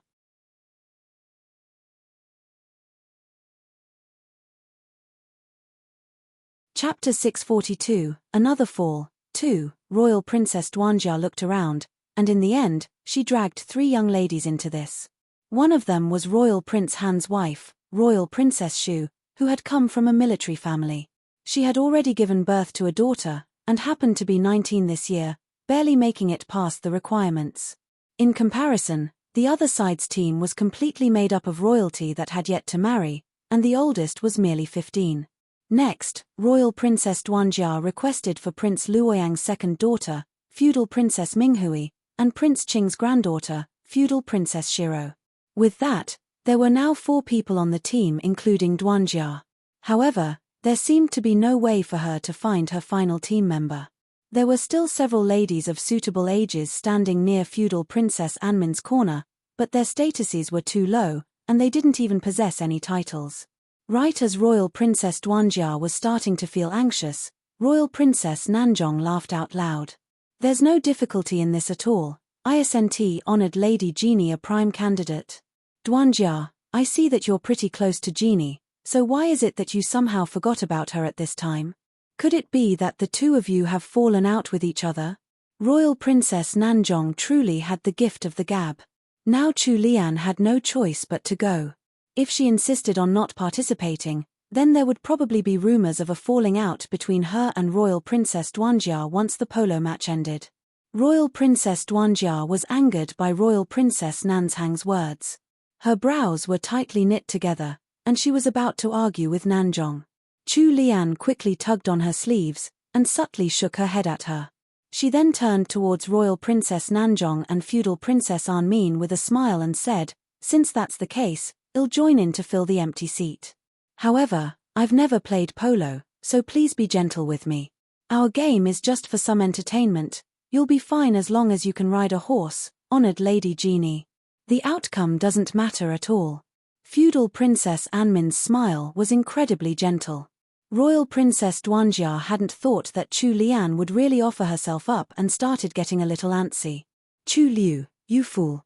Can't you tell that they were just trying to make you jump into a trap?" A furrow formed between Princess Wei's brows. She was a wise person, and could obviously tell that feudal Princess Anmin and the others were doing this on purpose. However, just what were they trying to achieve? "It'll be fine, I'll just be careful," Chu Lian softly consoled Royal Princess Duanjia.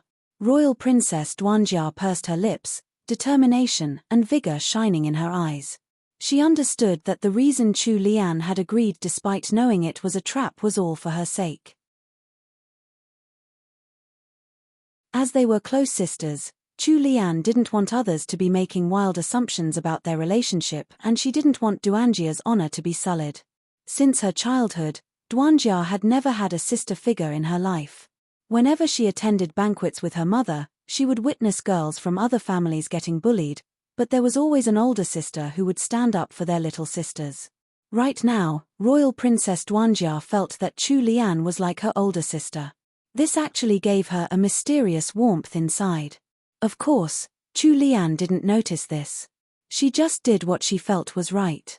She didn't want to act as a coward just to survive. She didn't know that her nonchalant gesture had touched Royal Princess Duanjia and Princess Wei's hearts. Just like that, the lineup of both teams was already set. The two teams entered their respective tents to prepare. They had to remove all of the hairpins in their hair along with the other accessories they were wearing, and they also had to choose a polo mallet and a horse suitable for them. During the preparations, Royal Princess Duanjia made use of every second to explain the rules of polo to Chu Lian. Chu Lian kept nodding as she listened. She had a great memory, and it wasn't like she knew nothing at all about polo. After all, Polo was still played in modern times, the rules here were simply a little different. She was now good enough at riding, but she wasn't expecting much from herself. She just had to make sure not to burden the team and keep herself safe, and everything else would be left to Royal Princess Duanjia. Both Feudal Princess Minghui and Royal Princess Shu were adept at playing polo, while Royal Princess Duanjia was an amazing player. They had a good shot at winning. Although there was quite a lot of time for them to prepare, it still passed very quickly for Chu Lian, who was still trying her best to commit the details of the game to memory. Royal Princess Duanjia personally chose a horse and polo mallet for Chu Lian. Very soon, the two teams entered the polo field, while Imperial concubine Wei led the other ladies to a viewing platform.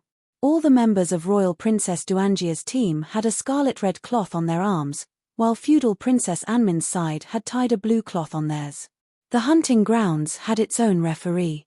With a loud blow of the whistle, the competition officially began. The polo ball was thrown up into the air. Royal Princess Duanjia twitched her reins, and her valiant white horse shot forward. When it arrived at the polo ball, it raised its hooves up high with a neigh. Royal Princess Duanjia lifted her hands up and stepped hard on the stirrups. This put her in a standing position with her butt floating above the saddle. Her arm was at a slight angle, and with a slight swing, she snatched the polo ball. With this swing, the polo ball flew in Royal Princess Zu's direction. The ball was already gone by the time Feudal Princess Anmin arrived. Since she had missed the chance to possess the ball, she was now at a disadvantage. Feudal Princess Anmin angrily bit her bottom lip and glared at Royal Princess Duanjia.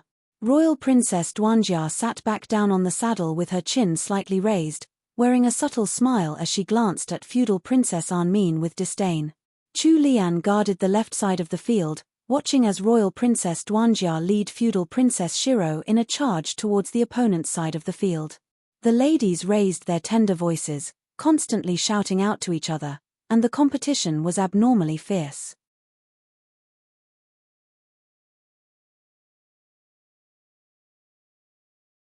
Chapter 643, Another Fall, 3. It was at this time that Feudal Princess Minghui suddenly charged out from the left, her body bent backwards at what seemed like an impossible angle. She swung her polo mallet, and she stole the ball in a shocking move. The ball was sent flying in an arc, and in 2 seconds, the ball entered the opponent's net with a pop. Royal Princess Duanjia's red team had scored a point. Loud cheers immediately burst out from the ladies on the viewing platform. Even Princess Wei had a wide smile on her face. Following closely after that, the red team scored another point, making honored Lady Xincheng look at Royal Princess Duanjia in a different light. The super amateur Chu Lian felt that she was actually going to be carried to victory. At this moment, at an angle hidden to the others, Feudal Princess Anmin signaled at Prince Hex's twin daughters Donga and Nena with her eyes. Nena nodded. This time, it was the blue team's turn to serve the ball. Royal Princess Nanjong landed a heavy hit on the polo ball, sending it flying up in the air and towards the red team's side of the field. The midfielders, Nena and Donga, whipped their horses forward and wildly charged into the red team's territory. In the middle of their charge, Nena and Donga glanced at each other. The heads of their horses turned, and they started galloping towards Chu Lian instead. Donga swung her mallet, which caused the polo ball to roll in Chu Lian's direction. Nena twitched the reins of her horse, causing it to speed up. At this point, Royal Princess Duanjia and the others were still on the other side of the field, and they didn't have any way of getting there before Nena and Donga. When Chu Lian noticed that Nena and Donga were charging towards her, her brows furrowed, as she instinctively felt a sense of danger approaching. If they wanted to hit her horse, then she just had to dodge. However, it was right at this moment that the small polo ball coincidentally hit the butt of Chu Lian's steed. The horse was startled badly, causing it to whinny and rear up. It started to run off without paying any heed to Chu Lian's commands. Now that her opportunity to escape had been taken away, Nena and Donga rushed to Chu Lian's side. In a seemingly accidental manner, they slammed into Chu Lian on both sides. They used their mallets to control the polo ball while Chu Lian was sandwiched between them and unable to move. When Donga and Nena were fighting to snatch the polo ball on the ground, Their mallets inadvertently hit Chu Lian's horse. After they galloped away, Chu Lian's horse suddenly flew into a rage, with every intention to fling its rider off. Chu Lian was still an amateur at horse riding and she hadn't learned enough riding techniques yet. She didn't know how to calm the horse down and control it. Princess Wei and the distant royal Princess Duanjia felt their hearts stop. Princess Wei immediately ordered one of her servants who knew martial arts to rescue Chu Lian. However, it was still too late. They were too far away, and they were about to witness Chu Lian being flung off a crazed horse. In the end, Chu Lian was thrown off when she lost hold of the reins. She cried out in alarm, but right at this moment, a majestic horse suddenly charged onto the field. The horse leapt over the wooden fence surrounding the field easily, and the rider of the horse actually jumped off the horse's back without any regard for his own safety. A tall and slender figure caught Chu Lian in mid-air, then embraced her tightly. Moments later, there was the muffled sound of bodies hitting the ground. The world seemed to go out of focus for Chu Lian as she rolled uncontrollably for a few rounds before coming to a stop. An unfamiliar chilly fragrance surrounded her, and the embrace she felt wasn't one that was familiar to her. Once she recovered from the shock, Chu Lian calmed her emotions, and slowly opened her eyes. What entered her eyes first was a black robe, then fair skin, a prominent Adam's apple, and a clean and smooth-looking chin with slight traces of stubble. The shape of the chin was very delicate-looking, and not at all what she was familiar with. Chu Lian was immediately frozen from this. There was fear, shock, anxiety, and other negative emotions in her heart. This man who had suddenly appeared wasn't her husband, He Changdi. Who was it? In the next second, Chu Lian felt the hold on her waist tighten and a stranger's hand impudently caressing her waist. She then heard a familiar voice from above her head, "My dear Liana, are you all right?" That was Xiao Bojian's voice. Chu Lian sucked in her breath through her teeth. The shock of learning this made her push away the man embracing her with everything she had. However, the difference between a man and a woman's physical strength wasn't so easy to overcome. Xiao Bojian's arms were like steel clamps locking her in place. She couldn't move at all. When Chu Lian had been flung off her horse, the audience on the viewing platform was in an uproar. Many of them hadn't expected such an accident to happen in a simple game of women's polo.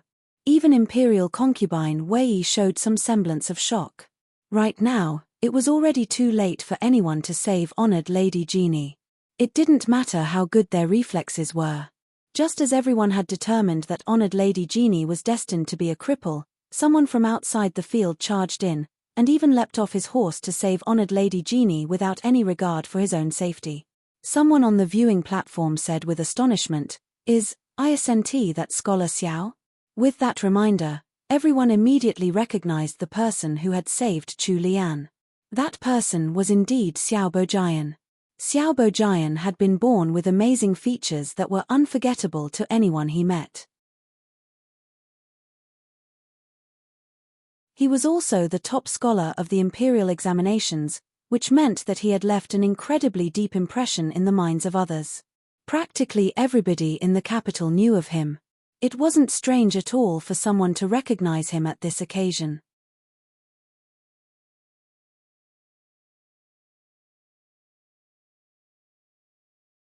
Chapter 644, Another Fall. 4. Sir Xiao was a man overflowing with talent whose political prowess stood out even in court, gaining the admiration of many.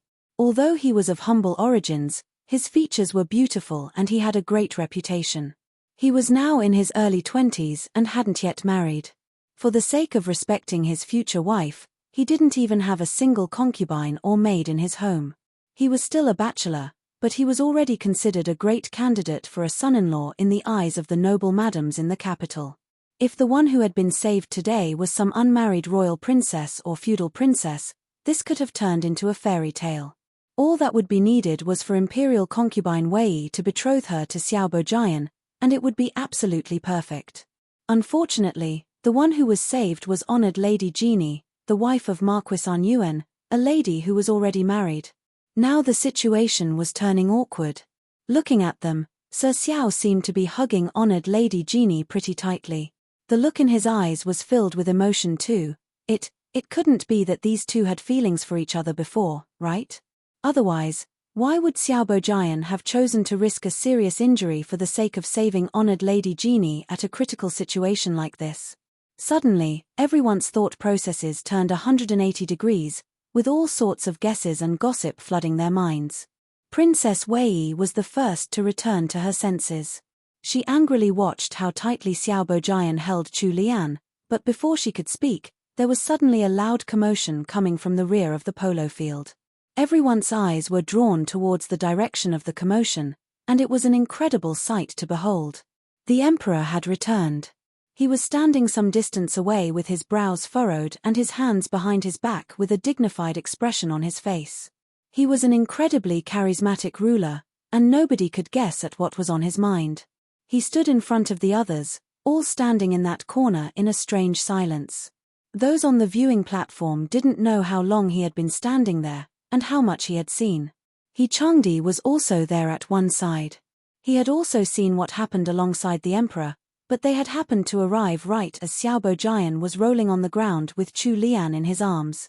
His phoenix eyes narrowed with a deep glare in Xiaobo Jian and Chu Lian's direction.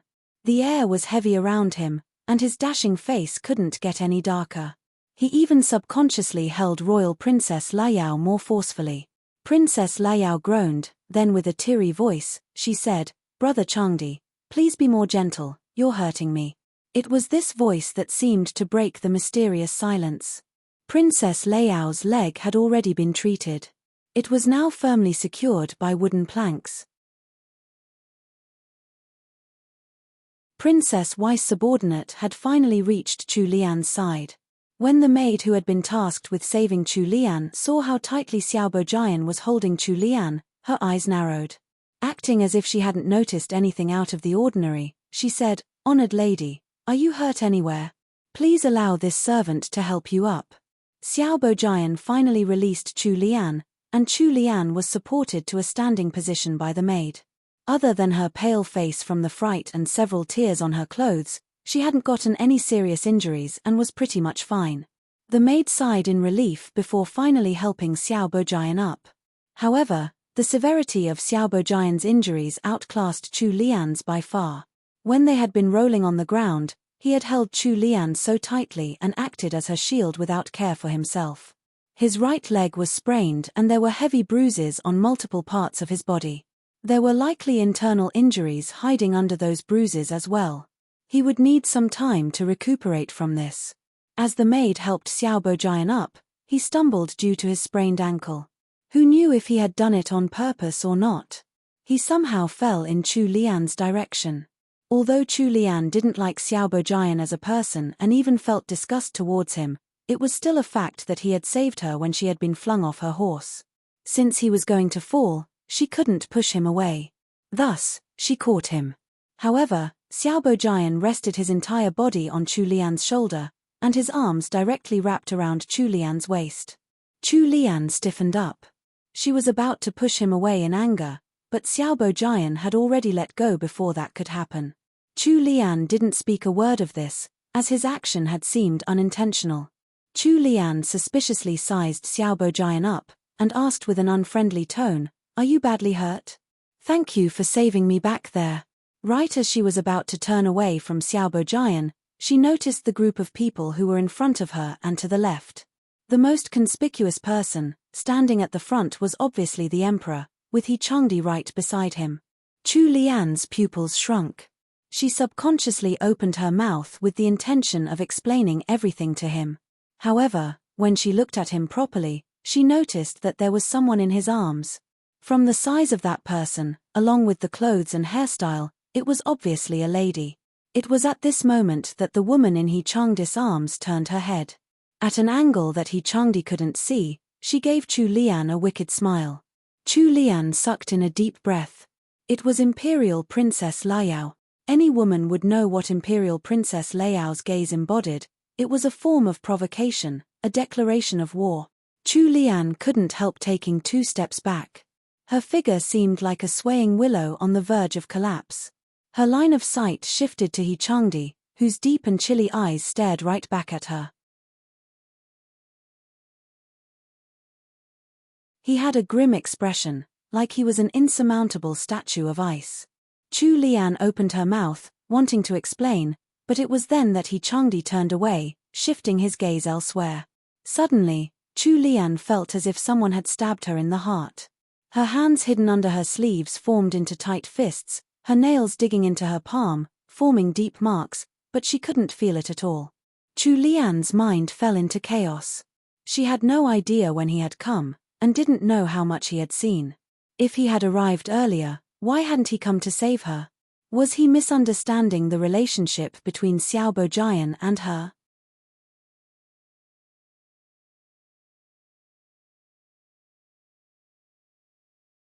Chapter 645, She must be crazy to have fallen for him. 1. The Emperor seemed to be deep in his thoughts. A moment later, he turned to look at He Changdi and said, Marquis An Yuan, bring Yaroa to the Imperial Physician's tent first. He Changdi couldn't reject an order from the Emperor, but he still couldn't help but turn his gaze back to Chu Lian again. However, his wife had already lowered her head and was no longer looking at him. He Changdi felt as if something was crushing his heart and breaking it to pieces. He somehow managed to make a strained noise of affirmation. After giving a reply, he turned around with Imperial Princess Liao in his arms and left with the Imperial Guards. With that taken care of, the Emperor strode towards the direction of the polo field as he ordered He Lin to seek the Imperial Physician.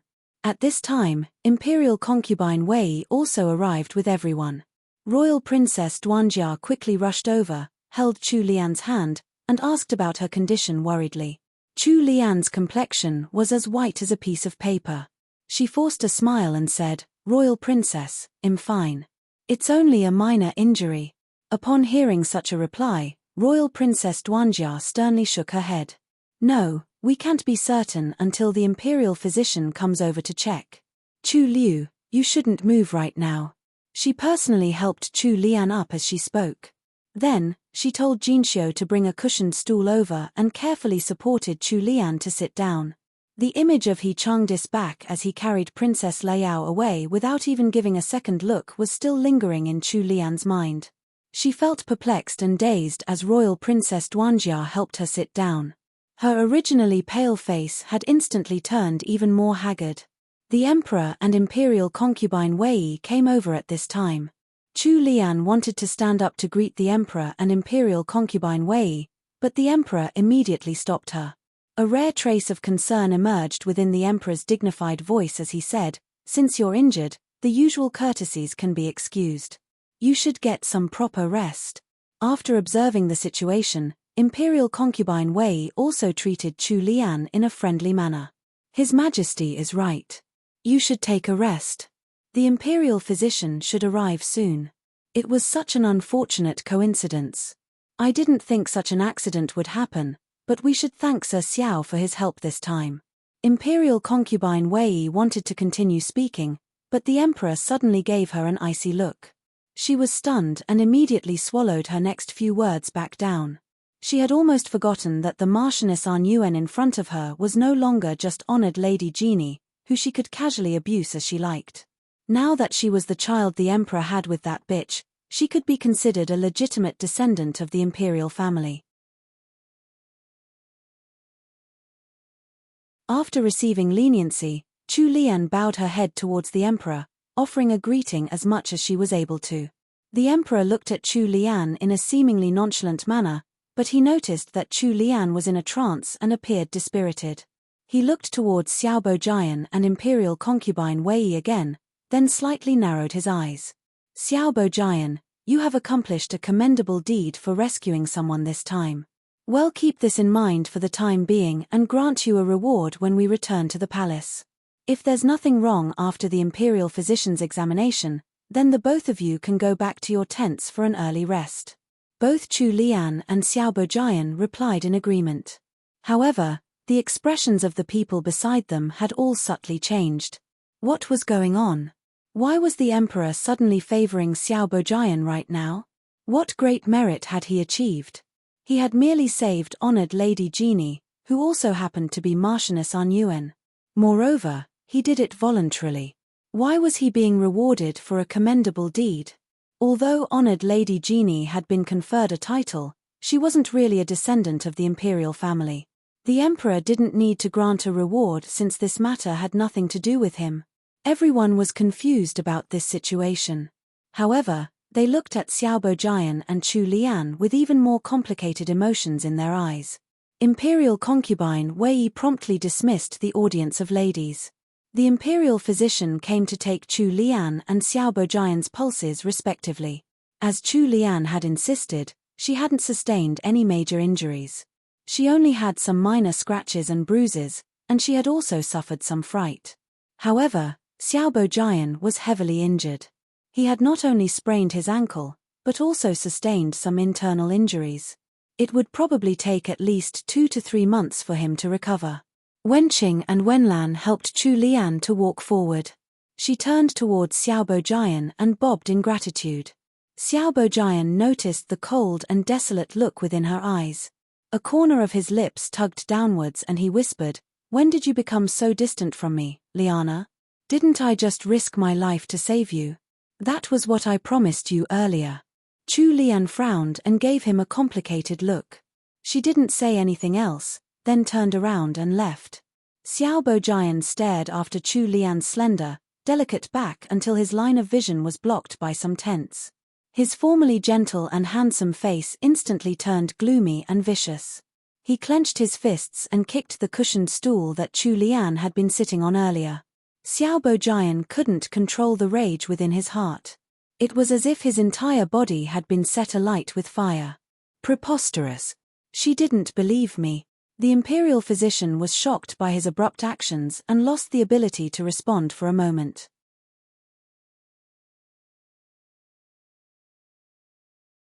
He couldn't believe that that handsome man, who had appeared so gentle in front of the emperor and honored Lady Jeannie earlier, had suddenly morphed into a devil from hell.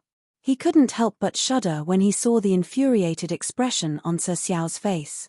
Imperial physicians were just low-ranking officials working in a high-risk profession. They had already trained themselves to become sturdy and resistant to shock. Thus, he was only stunned for a few seconds when he saw this unexpected side of Xiaobo Jian. After that, he continued to treat Xiaobo Jian's injuries like a puppet. One glanced at the imperial physician beside him, who was treating the wounds while half kneeling.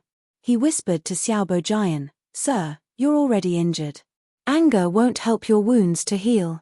It seemed like Xiaobo Jian had just wanted to vent out the resentment within his heart. He closed his eyes and suppressed his anger after hearing one's advice.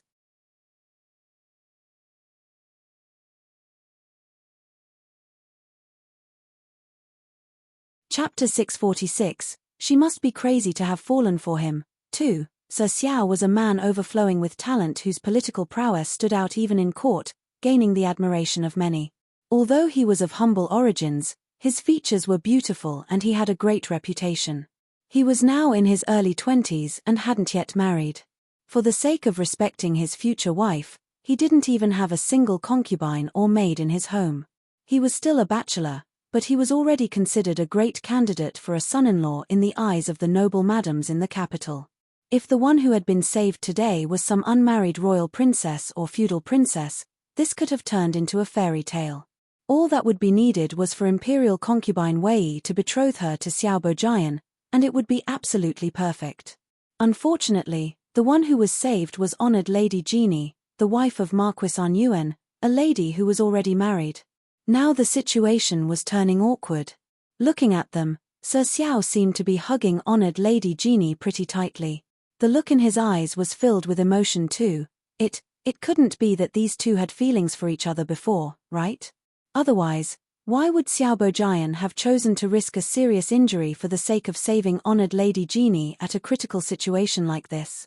Suddenly, everyone's thought processes turned 180 degrees, with all sorts of guesses and gossip flooding their minds. Princess Wei Yi was the first to return to her senses. She angrily watched how tightly Xiaobo Jian held Chu Lian, but before she could speak, there was suddenly a loud commotion coming from the rear of the polo field. Everyone's eyes were drawn towards the direction of the commotion, and it was an incredible sight to behold. The emperor had returned.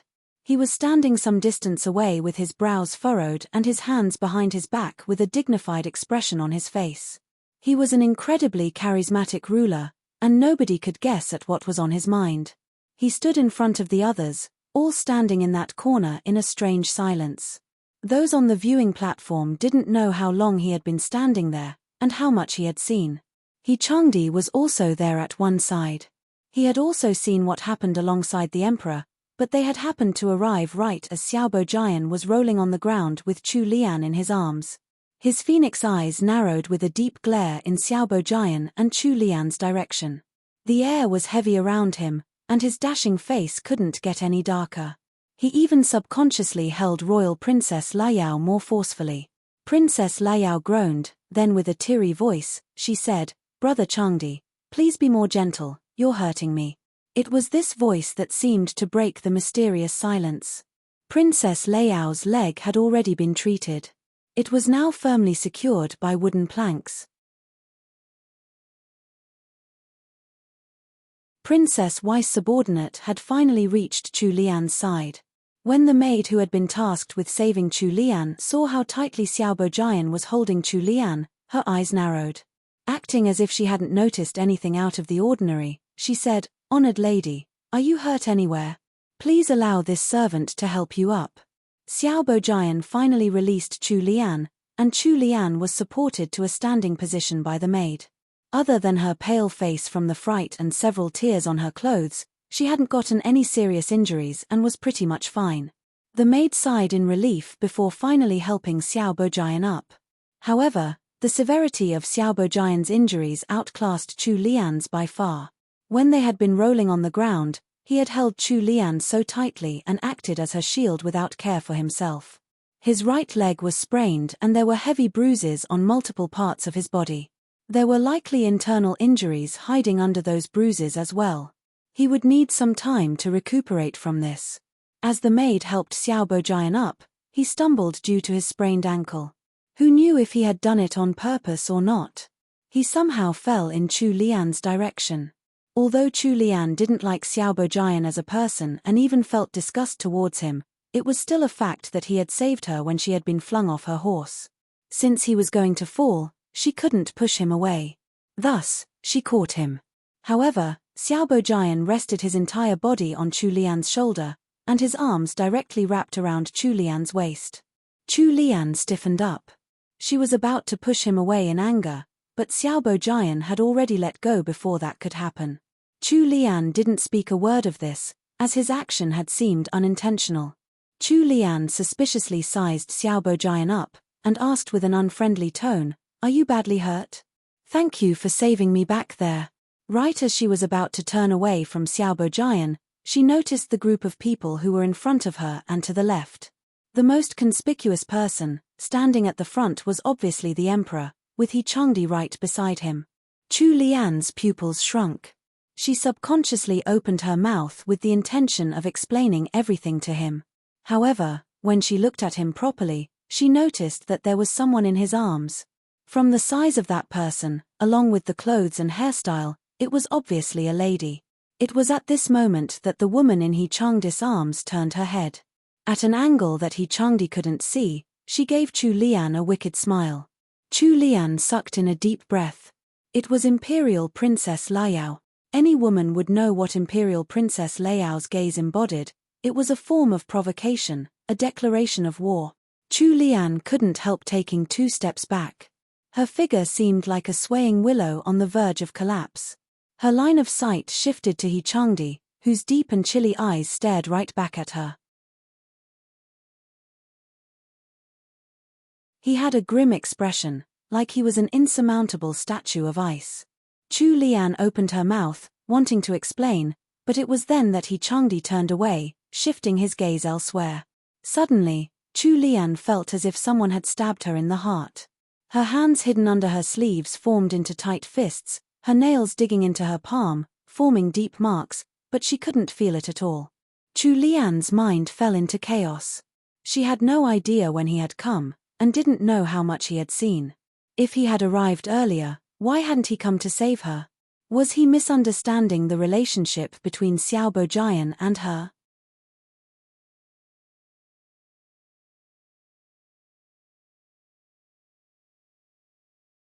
Chapter 647, She Must Be Crazy to Have Fallen for Him. 3. After she exited the tent, Wenqing called over one of the Arnuen estate's guards and told him to search for He Changdi. The guard didn't dare procrastinate and swiftly left. Chu Lian drank the medicine that the female physician had prescribed. The medicine contained medical herbs with a sedative effect, so Chu Lian promptly fell asleep. She didn't know how long she slept, but the lanterns within the tent were already lit when she woke up. Wenlan probably heard the movement behind the screen, so she hastily came in. She walked over to the side of the bed and helped Chu Lian sit up, placing a soft pillow behind her to cushion her back. "Third young madam, are you hungry? Do you want to eat something?" Chu Lian looked around the tent. "What time is it?" Wenlan handed a cup of warm water to her. "Just past 11. Chu Lian took a sip of warm water. She was slightly surprised since she didn't expect to fall asleep until it was almost midnight. Wenlan didn't hear her reply regarding whether she wanted to eat something, so she decided to just go out and tell Wenqing to bring the food box in. "Third young madam, we've prepared some shredded chicken and mushroom porridge. We also have the side dishes that we brought over from the estate. Third young madam should eat some." Chu Lian nodded. Although she didn't really have an appetite, she was indeed hungry. Wenqing and Wenlan were delighted by her willingness to eat. They found a small side table to serve as a tray to put on the bed, then took the porridge and side dishes out of the food box. Chu Lian ate half a bowl with much difficulty. After there was some food lining her stomach, she didn't feel like eating anymore. She waved her hand towards Wenlan. "Take them away. I'm already full. There's still plenty of porridge left. You can eat some if you're hungry." Wenqing looked at the bowl of porridge which was still half full and was thinking of persuading Chu Lian to eat a little more. However, before she could say anything, her young madam had already retreated back into the blanket, prepared to lie down again. Wenlan looked towards her older sister and shook her head. All they could do was clean up everything as ordered.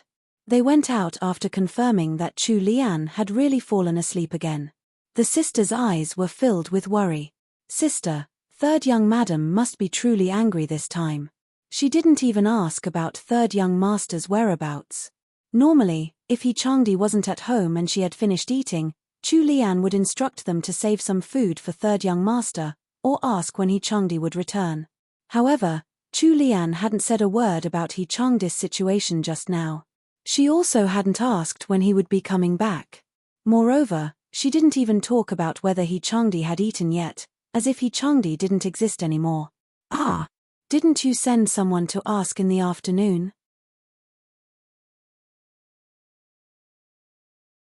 "How was it?" Wenlan pursed her lips.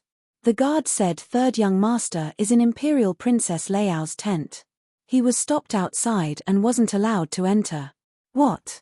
Even Wenqing was angry now. Imperial Princess Liao.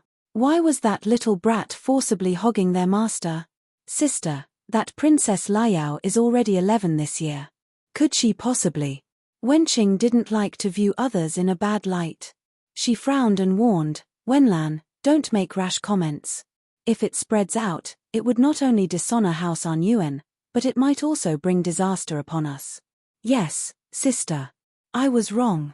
Even though Wenqing said that, on the inside, she was even more worried than Wenlan. The children of the imperial family usually matured earlier. With all the fighting and scheming within the palace, they wouldn't be able to survive if they were too naive. What actually were Imperial Princess Liao's intentions? Did she really like their master? The medicine that Chu Lian had taken in the morning was very effective, so she had already had enough rest. Thus, she laid in bed, unable to sleep for now. She tossed and turned, but she couldn't fall asleep no matter how she tried. She finally managed to fall asleep after struggling for an hour. He Changdi came back after midnight. Wenqing and Wenlan, who were guarding the entrance of the tent, were abruptly awakened by the soft sound of the tent's curtain being pulled open. When they realized that it was a dew-laden He Changdi who came in, they finally set down the swords in their hands and stood to the side respectfully. He Sanlang's cloak was soaked and even his hair was somewhat wet. His entire body was covered with humidity, so there was also a bone-chilling quality within his voice when he spoke. "Leave." Wenqing and Wenlan couldn't help but tremble. Wenlan wanted to say something, but Wenqing pulled her sleeve and dragged her out. After leaving the tent, Wenlan still felt upset. "Older sister, what are you doing? I need to make things clear with third young master. Third young madam is so pitiful. She suffered a fright in the afternoon and almost died. However, third young master was still outside for the entire day. Let's disregard the fact that he didn't even bother asking about the situation, but he didn't come back until now. Does he even have third young madam in his heart? If I was third young madam, I would definitely complain to his face." Wenqing raised her hand and gave Wenlan a loud smack on her head. "Stop speaking nonsense. What rights do you have to discuss the master's matters? Don't forget about third young master's temper and be careful of your little head. Third young master isn't as soft-hearted as third young madam." After being scolded by Wenqing, Wenlan unwillingly stopped talking and followed her older sister to rest in the smaller tent nearby. He Sanlang was frozen to the spot. He had acute senses and was standing inside the tent. Moreover, it was such a quiet night.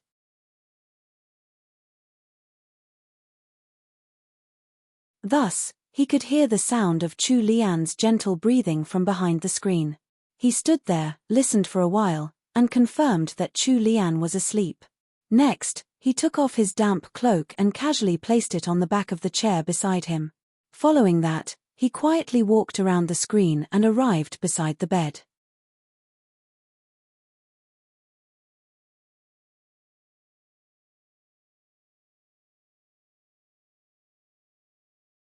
Chapter 648, She must be crazy to have fallen for him. 4. A dim hexagonal lantern had been lit. It was hung on a lampstand near the head of the bed. Under the dim light, Changdi could clearly see Chu Lian's sleeping face. She was wearing a light pink nightgown embroidered with beautiful flowers, curled up in a fetal position with both of her hands in front of her chest. Her soft hair covered the entire pillow, while 2 stray locks of hair framed her face. Her skin was porcelain white, which should have been a beautiful color on her. However, she appeared wan instead beneath that certain angle of light. Her rosy lips were pursed slightly.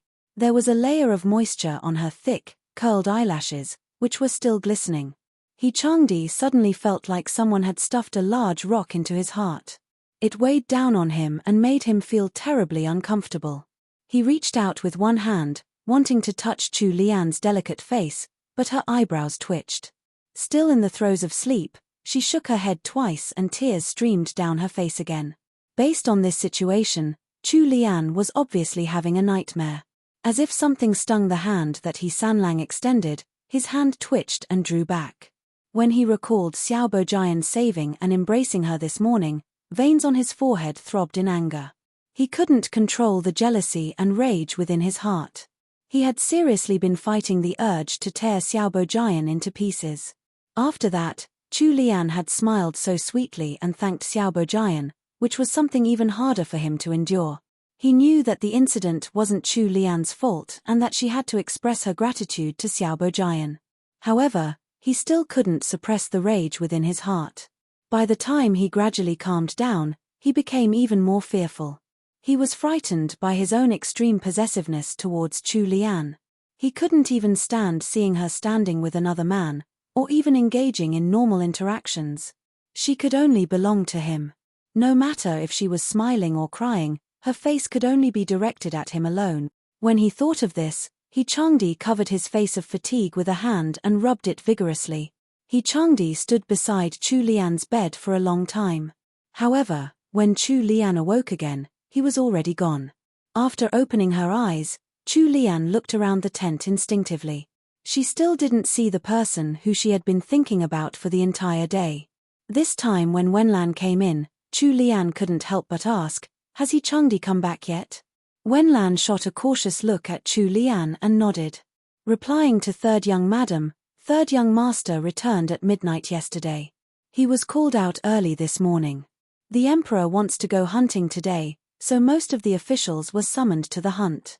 Chu Lian was usually a deep sleeper, but she hadn't slept very well last night. If someone had slept beside her, she would have definitely sensed it. Moreover, when she woke up this morning, the bedding beside her was still very neat. Nothing had been moved, so it didn't seem like someone had slept there. Wenlan was attentive and noticed the look in Chu Lian's eyes. She summoned up her courage to explain. When this servant brought hot water over this morning, I saw third young master sleeping on the chaise behind the screen. Chu Lian narrowed her eyes. The light in her normally clear, bright eyes instantly dimmed. When Wenlan saw that, her heart felt like it was being crushed and it ached painfully. She regretted telling third young madam about that matter. Chu Lian didn't ask any more questions after that. She rested against the bed frame for a while with dull eyes. An hour later, she asked Wenqing to help her up for breakfast. The breakfast was on the table in the middle of the tent, so Wenqing helped Chu Lian walk over to the table. In the middle of the meal, Wenqing softly said, "Third young madam, this servant has something to report." Chu Lian regained her focus and cheered up. She lifted her head and looked at Wenqing. "Tell me." "Third young madam, Imperial Princess Leiao's leg was injured after she insisted on going hunting in the woods yesterday. The Imperial physician said that even after she recuperates, her leg would probably be crippled." Chu Lian was slightly shocked after listening to Wenqing's words. Imperial Princess Leiao's leg was likely going to be crippled? She looked at Wenqing again, and saw that she had lowered her head and stopped talking. Chu Lian sighed helplessly as she understood the meaning behind Wenqing's words. She was probably helping He Changdi explain. An explanation for him returning late at night and the reason he wasn't concerned about her injury. However, it simply didn't make sense. Imperial Princess Leiao had only injured her leg. Even if she had injured her head, it still didn't have anything to do with He Changdi. Why would he return late at night because of Imperial Princess Leiao? It couldn't possibly be from the Emperor's imperial order, could it? That is, unless the Emperor had nothing better to do and wanted to make things difficult for him, a married young man who already had a legitimate wife. It was true that Imperial Princess Leiao had feelings for him, but she was still young. Neither Imperial concubine Wei nor the Emperor would be so desperate to choose a married man, who was nearly 10 years older than Imperial Princess Leiao, for her. After Chu Lian finished eating, she set down her chopsticks and stood up. "All right, I understand. Wenqing, Wenlan, come with me for a walk." Wenqing didn't think that third young madam would react so calmly. She felt somewhat uneasy inside and didn't dare to speak up again. Chu Lian pulled aside the thick curtains of the tent that kept out the wind. Then, she looked towards the wide horizon of the clear blue sky. "You're tuning in to the Dreamy Chapters YouTube channel. We're so grateful for your support and don't forget to subscribe to join us on this incredible journey through captivating stories. Your generosity through donations truly makes a world of difference, as it's the primary source of revenue that allows me to expand and enhance this channel for you. Thank you from the bottom of my heart for being a part of this adventure.